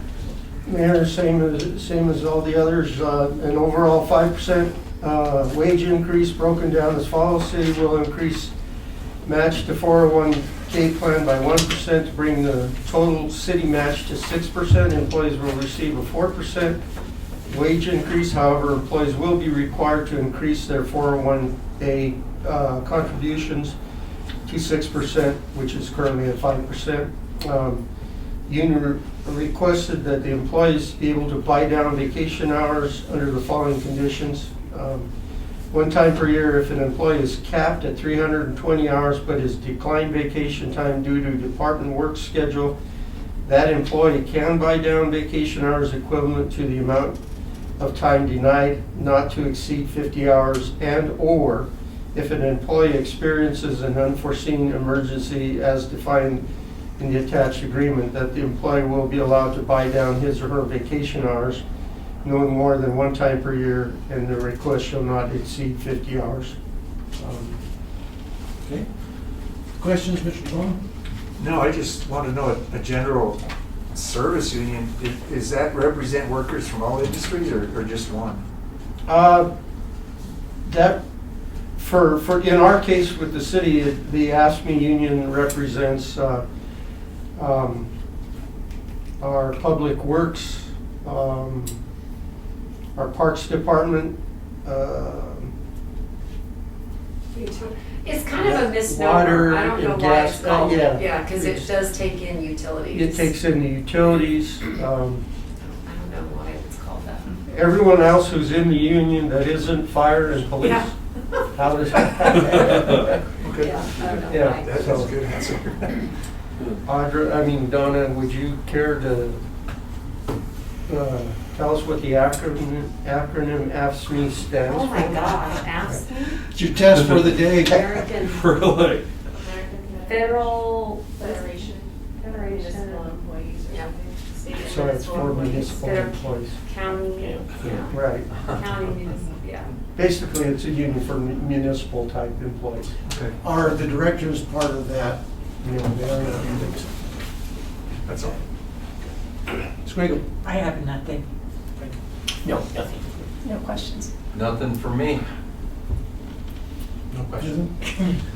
No questions. The only thing that question I have is this, is what's interesting is that you have a contract for 3 years, that's what this is. But then there's openers for wage and 3 other items per year. And I've always kind of wondered, what's the reason we're having a contract if they're able to open yearly? That's always, I've been here for 6 years and I've always questioned that. Yeah. Things happen throughout the, a year as you're working through the contract where if you have to wait to the 3rd year, it's like, sometimes there's issues, so, and to your point, sometimes the 3 items are like, come on, the negotiations, the contracts have been in place so long that they're fairly decent contracts.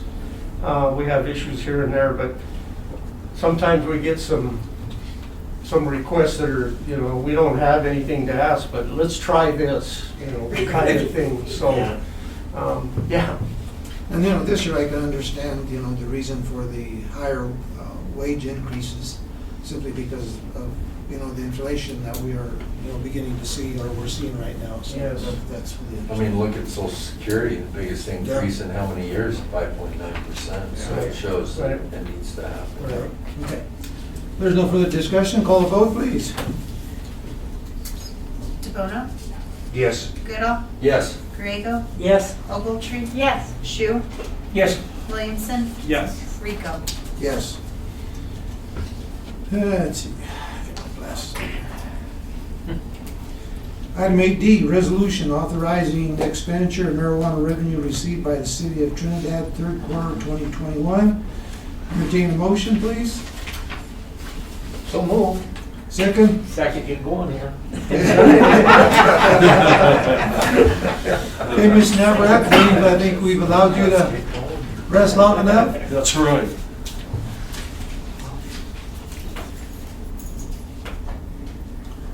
She's napping. Yeah. Cheryl, are you good to go?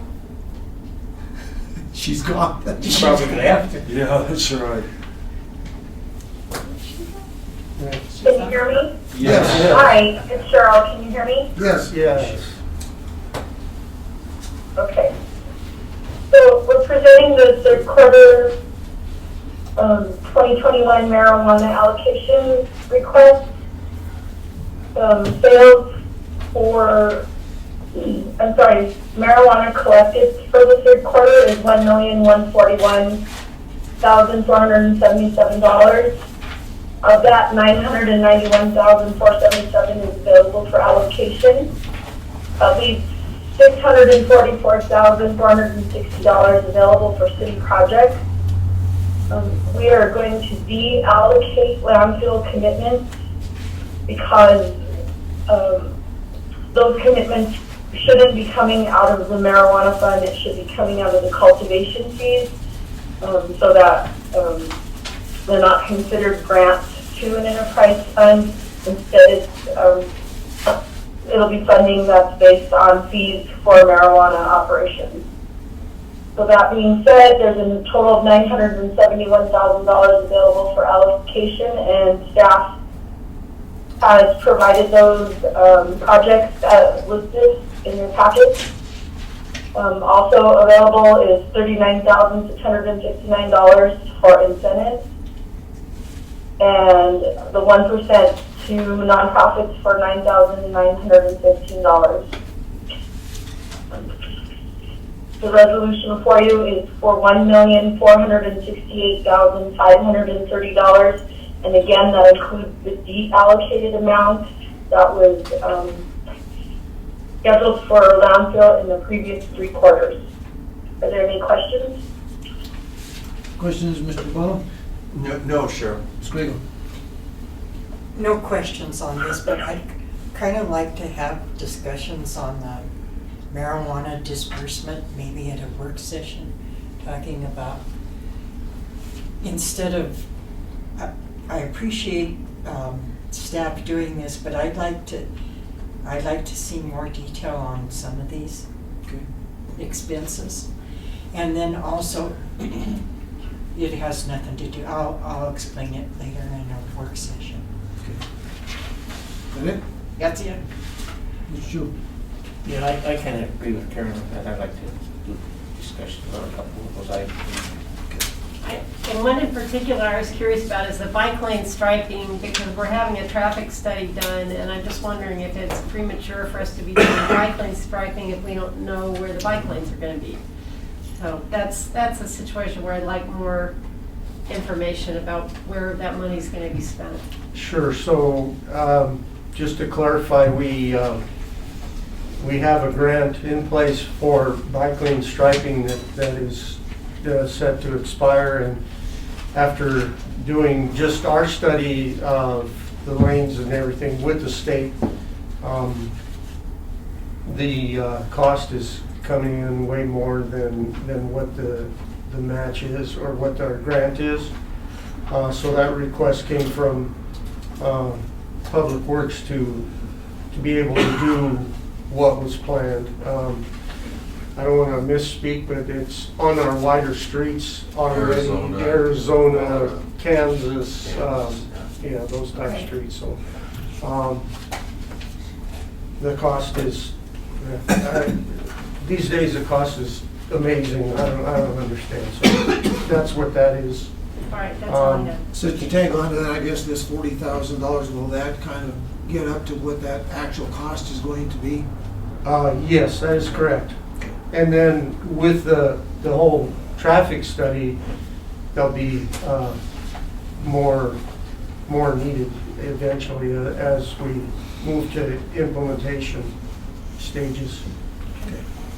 So Cheryl, does that less quarterly ongoing mean we collected 150,000 less? Is that what I'm getting at? I'm curious, where are our quarterly sales compared to last year's quarter this time? So 2020 third quarter was an anomaly. We're actually collecting $395,000 less than last year at this time. However, it is comparable to 2019's third quarter. Okay. Thank you, I ma'am. can't explain what happened in 2020, but we collected a lot of marijuana sales tax. It's called COVID weed. Yeah. It was all the money that the federal government decided to give us, and they all showed up and spent it in Colorado. God bless them Texans. That's all I had. Thank you. Okay. No questions, Mayor. Okay, I'll look and see if I had any other questions. There was one question, but I think it's been answered.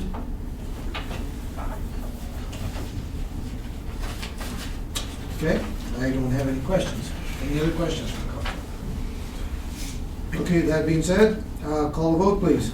DeBono? Yes. Goodall? Yes. Griego? Yes. Ogletree? Yes. Shu? Yes. Williamson? Yes. Rico? Yes. Item 8E, first reading of an ordinance appropriating certain sums of money out of the revenues of the city of Trinidad, Colorado to defray and meet the liabilities of the city of Trinidad for the fiscal year beginning January 1, 2022 and ending ending December the 31st, 2022. Said ordinance being termed the annual appropriation bill for the 2022 fiscal year and setting a hearing date for consideration of said ordinance on December the 31st, 2021 at 6 p.m. Need someone to introduce? I will introduce. Motion, please. So moved. Second. Okay. Ms. Navarette. The ordinance presented before you is our first reading of the 2022 budget for a total of $55,819,337. This is an increase over the work session total that was presented in October of $52,387,276.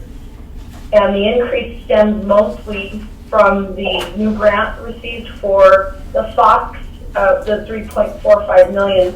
So the increase is recognized in the capital projects fund.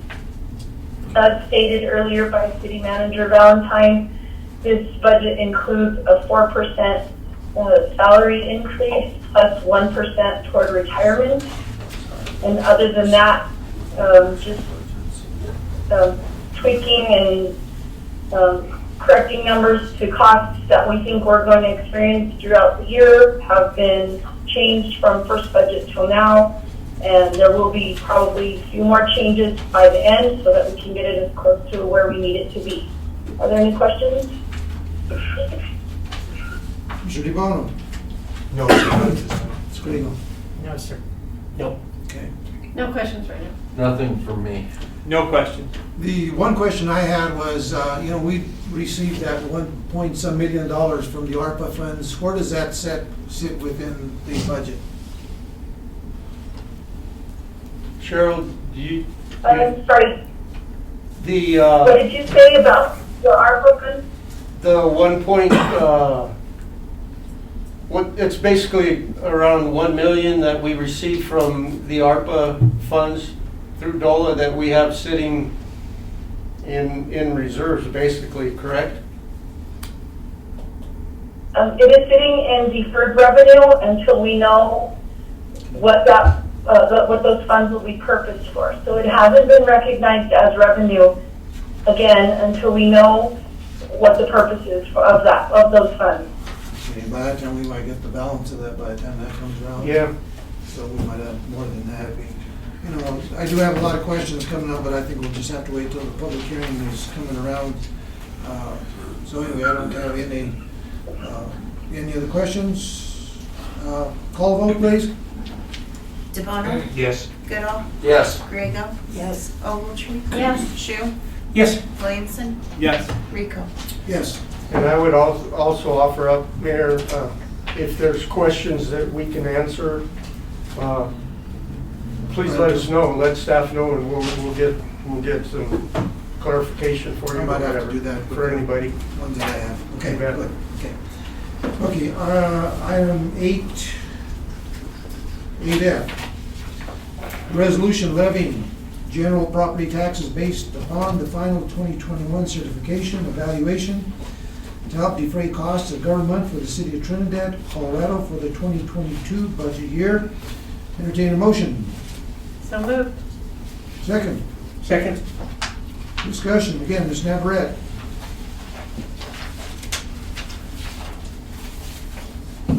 We have received the final valuation from the county assessor on December 3rd, I believe. The valuation came in at $76,310,935. Our levied amount against that is $1,341,470. And that's This resolution locks that levied amount into the county budget, or excuse me, the city budget. Are there any questions? and that takes into account that it's a 15.579 mils is what that is amount. So, Mr. DeBono, questions? No, sir. Ms. Grego. I don't know enough to ask a question, so I'm going to take your word for it. Is it more or less than last year? The mills that are going to be on the property? The mill levy has Yeah. not, go ahead, Cheryl. It is more than last year. I don't have it handy right now how much, but yes, it's more than last year. Okay. But the interesting part of that is, is that according to Mr. Valentine, we had this discussion the other day, is that she was saying from the assessor's office that the valuation of the entire city has gone down, correct? The entire county, entire and the city, based, and it's based on the, I just lost the name of that bill. Tabor? No. There's something in here. Gallagher Amendment. Yeah. So they're having to adjust for that.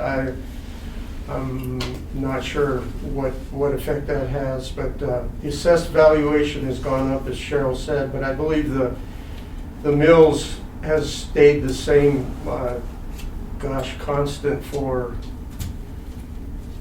a lot of years. In order to change any of the mill levy, we'd probably have to go to the vote of the people. So that 17.579 has been a constant, and we've been able to budget around that and not raise that.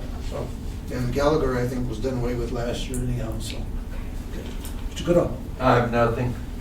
No question. Okay. If I have no questions, call the vote, please. DeBono? Yes. Goodall? Yes. Griego? Yes. Ogletree? Yes. Shu? Yes. Williamson? Yes. Rico? Yes. Item G, first reading of an ordinance amending the City of Trinidad annual budget for the fiscal year beginning on 1/1/21 and ending 12/31/2021.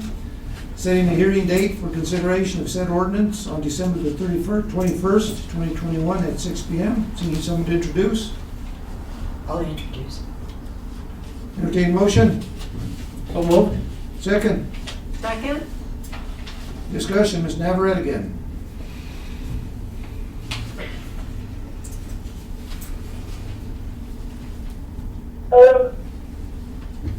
Bear with me, losing my voice. This amendment is to amend the 2021 budget by $2,097,106. I'm sorry. And as presented in Exhibit A, specifically, this is what we're amending the budget for, to recognize the expenditures that are increasing. We are amending the general fund by $328,000. We are increasing the water fund by $327,000. The landfill fund by $327,000. And the capital projects fund by $1,115,000. The general fund is relative to the increase in marijuana taxes collected. The water and landfill funds are to recognize the cultivation fees being transferred from the water fund to the landfill. So you'll see an offsetting transfer in from landfill, and then of course we recognize the expense for landfill as well. And finally, the capital projects are all relative to all the marijuana allocations going back to third and fourth quarter of 2020 and the first, second, and third quarters of 2021. Are there any questions? No, sir. Ditto on my last comment. No questions. Nothing for me. No questions. The only question I had is, I saw that change from 47 to 49 million, of course. The other thing, according to Exhibit B, your actual revenue was 40,833,857.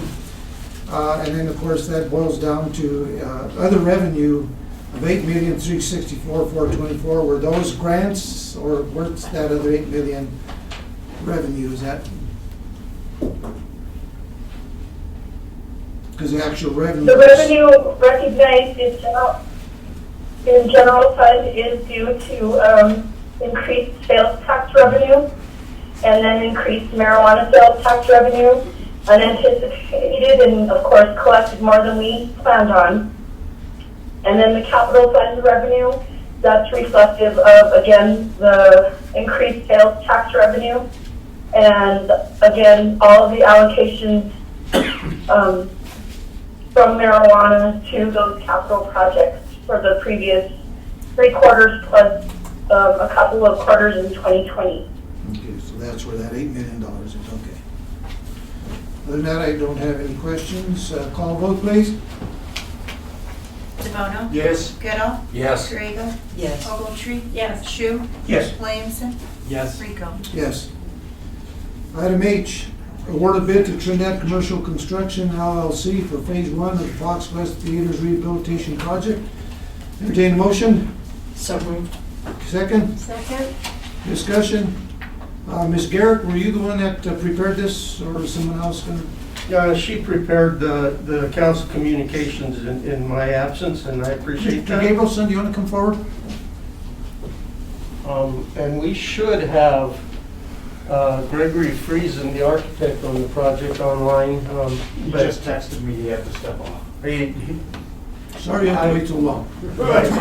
Yeah, he got no sugar. Right? So I'll just take it. So we received the grant award from OEDIT in the amount of $3.45 million, and there's deadlines that we need to meet to have that. So we kind of fast-tracked a bid document, and we had a mandatory walkthrough, and there were 3 general contractors who attended, and then bids were received by noon on December 2nd, and 1 bid was received from the Trinidad Commercial Construction Group, LLC, in the amount of $1,591,755 for a portion of the work. And because of the fast tracking and the specifications not being detailed and will be developed jointly as we move through this process, and the contractors know this, and it's a different process, and Carl, you know, we're all entering new territory, and it's kind of scary, but Trinidad Commercial Construction has come forward and wants to join us in this. So there's going to be ongoing negotiations, so that $1,591,000 change is not set in stone as we move through the design and get closer to the end product. It's, I don't want to say it's a design build, because we are doing the design through the architect, but as we move forward, we need to get the project going. I don't know, Carl was part of the process, you know, and it's different, but it's something we had to do. Do you have anything to add to that? Yeah, I wouldn't quite call it a design build, but kind of more of a design as you go. So the estimates that we gave the city are exactly that. They're estimates based on similar experience and jobs we've done in the community.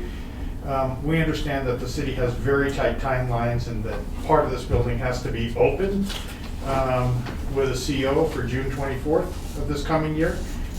Really tight in today's construction environment, you know, especially with purchasing and supply chain challenges that I'm sure all of you experience.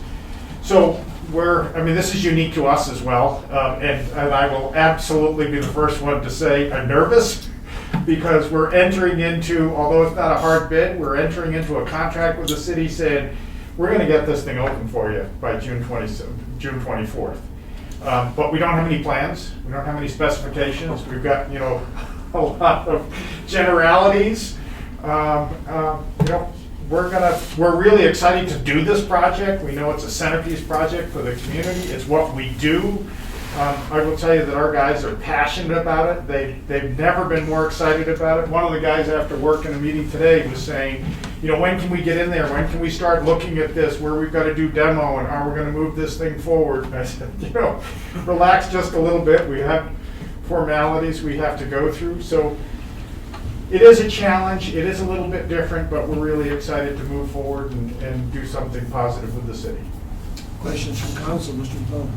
No, just Mike, of the 3 bids that were submitted, were they all relatively close? Actually, we only received one actual bid. 3, One it was actual a bid. mandatory pre-bid conference, so you had to be there to understand the project, to walk through and see it. And we had 3 general contractors there and only received the 1 bid. We were below the engineer's estimate, though, which I was happy to hear, according to Mr. Friesen. Yes. So because we're doing this like so loosely, is there going to be a cap on any supplemental payments, or is it just up to the 1.59? No, the 1.59 is kind of an estimated cost that they put together. When we get down to actually having some design drawings, it's going to change. I'm not going to say it won't, it's going to. And I'd love to say it'd go down, but it's like, but in our day and age, it's going to be more. This is, and as I stated, there's other administrative costs, but the grant was 3.45. So that has all of our matching dollars in there as well. And when I say matching dollars, we leveraged no additional matching funds from the city. We used the grants that we already received on the project. So that was considered our match. The DOLA grant, the State Historic Fund grant, all those. So. I just have one comment. Yes, ma'am. What you've done in downtown Trinidad with the businesses and the buildings that you mentioned in your references, I never could believe that those buildings would be restored more beautiful than they were in their heyday. And if anybody can do what needs to be done at the Fox, Carl, you and your crew can do it. We're excited to tackle I'm it. excited for you. Thank you. Yeah, my only issue would be is, are you gonna be able to do it? I mean, you guys are kind of scattered out all over and you're doing a lot of work, and is this gonna be a priority project for us to get done? We're gonna get it done. I wouldn't be up here. No, I understand that, but I know it's saying it tough. otherwise. This, like I said, this is a showpiece for the community. It's a showpiece for us. It's something that our guys are excited about. We're starting to gear up already. I know you hear about labor shortages. We actually hired 3 new people today and another electrician. One of the differences between us and a typical general contractor is we have almost all the crews in-house now. We do everything in-house except for HVAC. And it's one of the reasons we can control our schedules a little bit better. And we're committed. We're going to get it done. Yes, sir.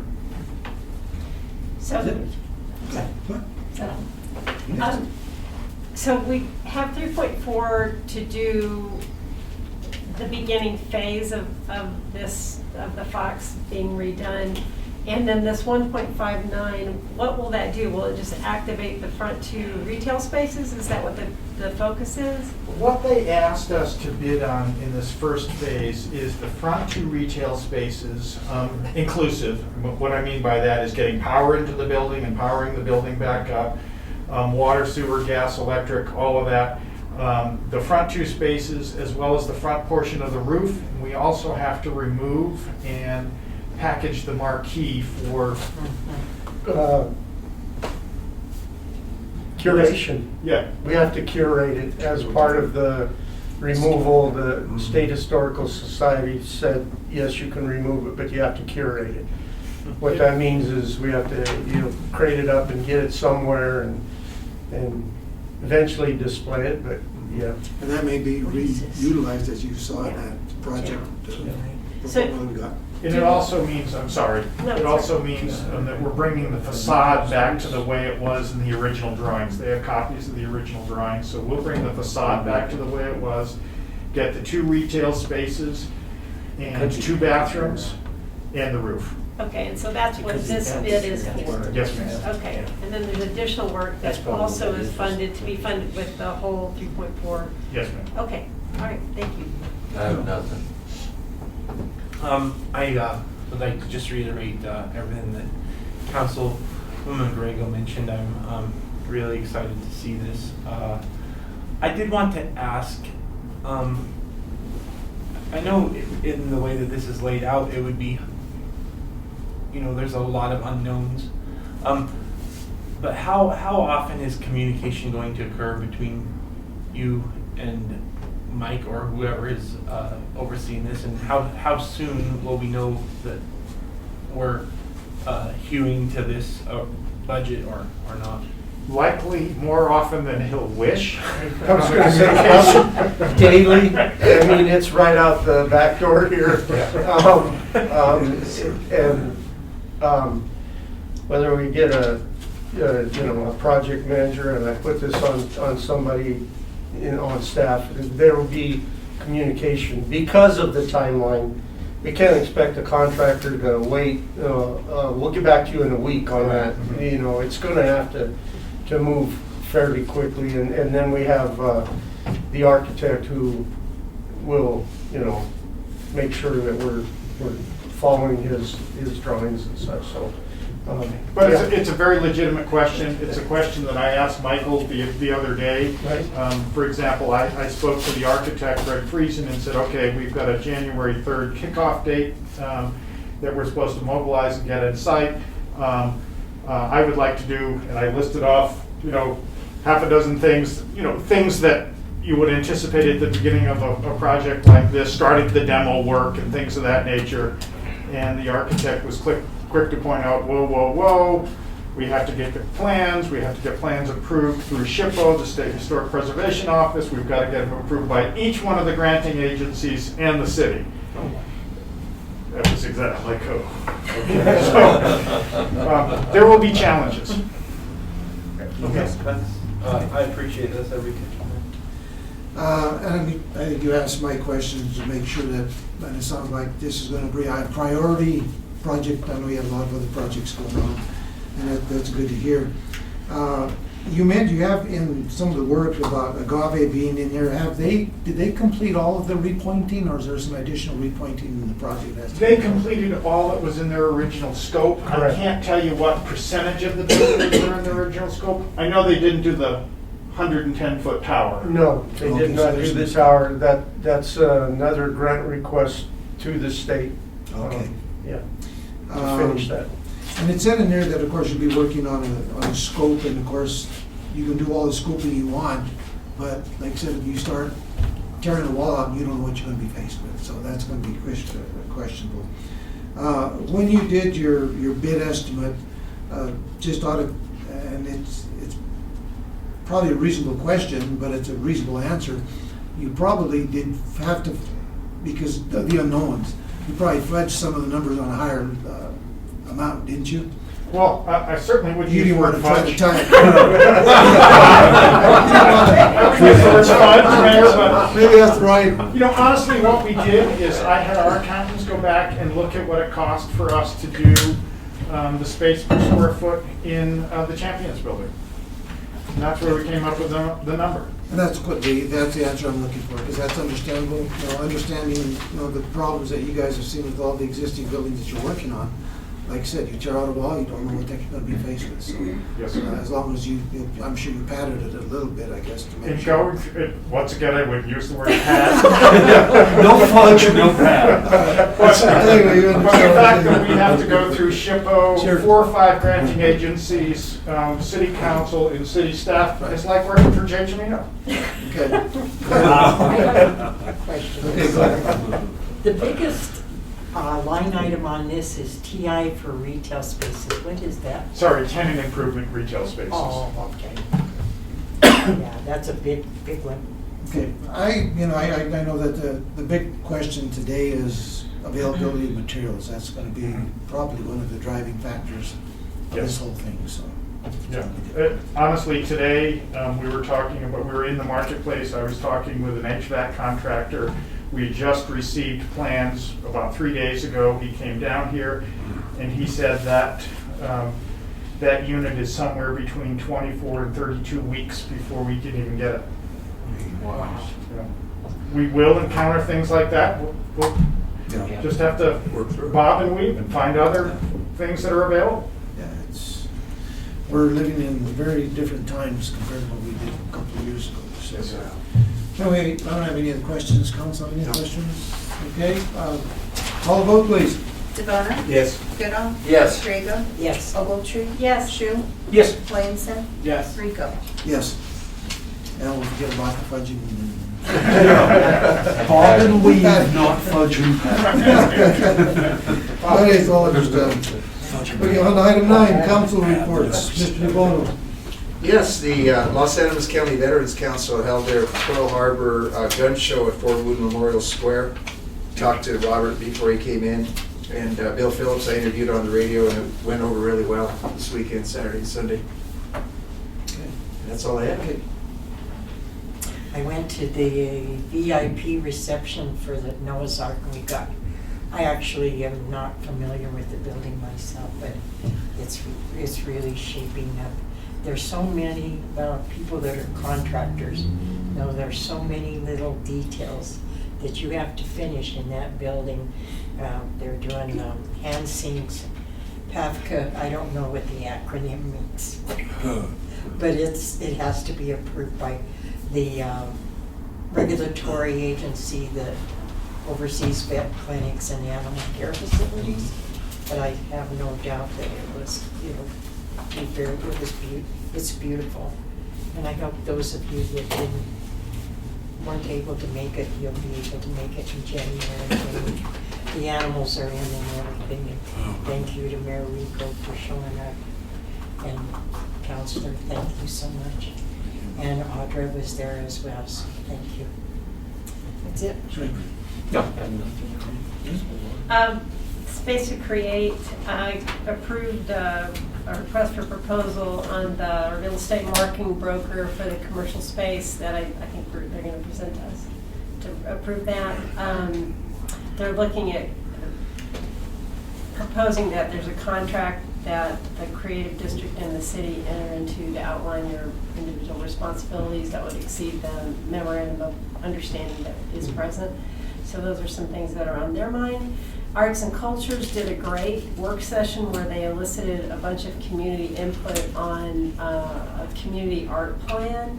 And we heard a presentation by Julie Knudsen, and Christy Rogers was there, a bunch of different people who came in and said, here's some thoughts that we'd like to share about how that could be done. And Julie expressed interest in incorporating public art into whatever happens down by the river walk. And then, let's see, I met with Christy Rogers regarding the city website. She'd asked us if anybody wanted to get together with her and give her some more input. I did do that. And then I know the mayor was present. The college has put together a 10-year master plan for amazing improvements. It will, if everything comes together, it will be an amazing thing. I thought possibly the city should reach out to whoever's doing that master plan, because we have our own. what the Greenway Foundation is doing, proposed some entrances, and I thought there wasn't any reference to that in the presentation that I saw, so. There was a little bit of talk about Yeah. trying to get down here, but there was no specific. Yeah, so I think those two things could be coordinated, but beautiful ideas that would open up the campus and make it more visible and walkable, and so it was great. Good. I have nothing tonight. Nothing there. Okay. Just want to take on to one of the things that they're doing with that master plan of the college is, it's interesting because they're going to add a lot of glass and some other stuff, so they're going to kind of integrate newer facade technology and still keep, of course, like the Berg building there, but that's going to stay as it is, so there's going to be a mix of both. So you're right about maybe the city talking to the college, their master planner, to see. Sky, I think, would probably be the person more than likely to talk. I think he was on as well. He was. So he had a couple of comments, but yeah, they do have some big issues. One of the major issues that they have, though, that was brought up is the dorms. The dorms are not part of the state monies that's given to them, because they say the monies that they collect for the dorms is what's supposed to rehabilitate the Yeah, dorms. it's an enterprise, an Yeah. independent enterprise. So they are, matter of fact, those dorms are in pretty bad shape, and she concerned as to how they're going to be able to handle that part of the college. And of course, Frank, I think you work there, and you can understand that. Like I said, I also attended the Noah's Ark reception, and beautiful building. Looking forward to seeing it up and running. And man, what a turnout! Jeez, it was a big turnout. Right. It was huge, and it was nice to see the turnout of the people that. We even need money, people donated money. Oh, cool. A couple $1,000. That's great. We also had, and I had Audra do this, send a letter of support for the mine to the Corps of Engineers, because the Corps of Engineers is giving the mine a few headaches on some of the tracks or whatever, so they were asking us if we were to go ahead and give a letter of support. So I looked at it and I told her if it's okay, rather than bring it to council, just to submit it. So she said it was okay. So that's the reason for that. One thing I want to mention, and this is, there was a letter to the editor by a lady by the name of Catherine Hook, and I just want to mention that I will respond to her, and it was about Amtrak, and there's no structure, that's down here for people. And what I really liked about her letter, she attached her damn name to it. Yeah. I wish everybody would do that. I think we know what we're talking about. Okay, but I'm gonna try to get a hold of the lady and kind of explain to her There is no that Trinidad business. there's explain to her what's going on with, because I've talked about that, and I'll explain that to her. The one thing I wanted to mention to you that I got some heat on this, is the arts and cultures. I guess put that thing about all the different arts places in town. They left off a couple of places. Okay, well, it's readily revisable. Okay, That's and what's in the matter of fact, process. talked to Vivica. She was pretty hot under the collar. Okay, talk to her. Good. Okay. Last thing I want to mention is, been talking, I met yesterday with Luis Lopez, and we've been talking about the legislative day that's up and coming. We've scheduled that for January the 6th at the Pioneer Room. It's going to be in the morning. We will have, at this point in time, all of the state legislators there from their Holtorf and Cleve Simpson. We will also have the representatives from our national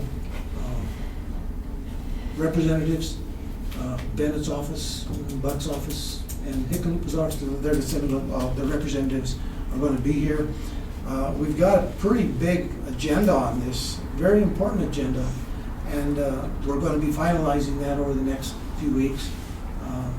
Actually, Victor is going to be working with Debbie and Phil Dornkamp to kind of put the final details on it. But you guys will see the agenda is what it's going to be. So it may go as long as 3.5 hours, just to let you guys know, because there's some pretty important stuff that I think that we need to bring forward. So it's pretty important. Because one of the big things that's gonna come is we're gonna have Tara from DOLA talk about the monies out there for, that's gonna be available from the ARPA and this new infrastructure bill and anything else that may be done by them. So like I say, that's why I said there's a lot of important information that's gonna come out of this. That's all I have. Mr. Valentine. Thank you, council. This should only take about half an hour.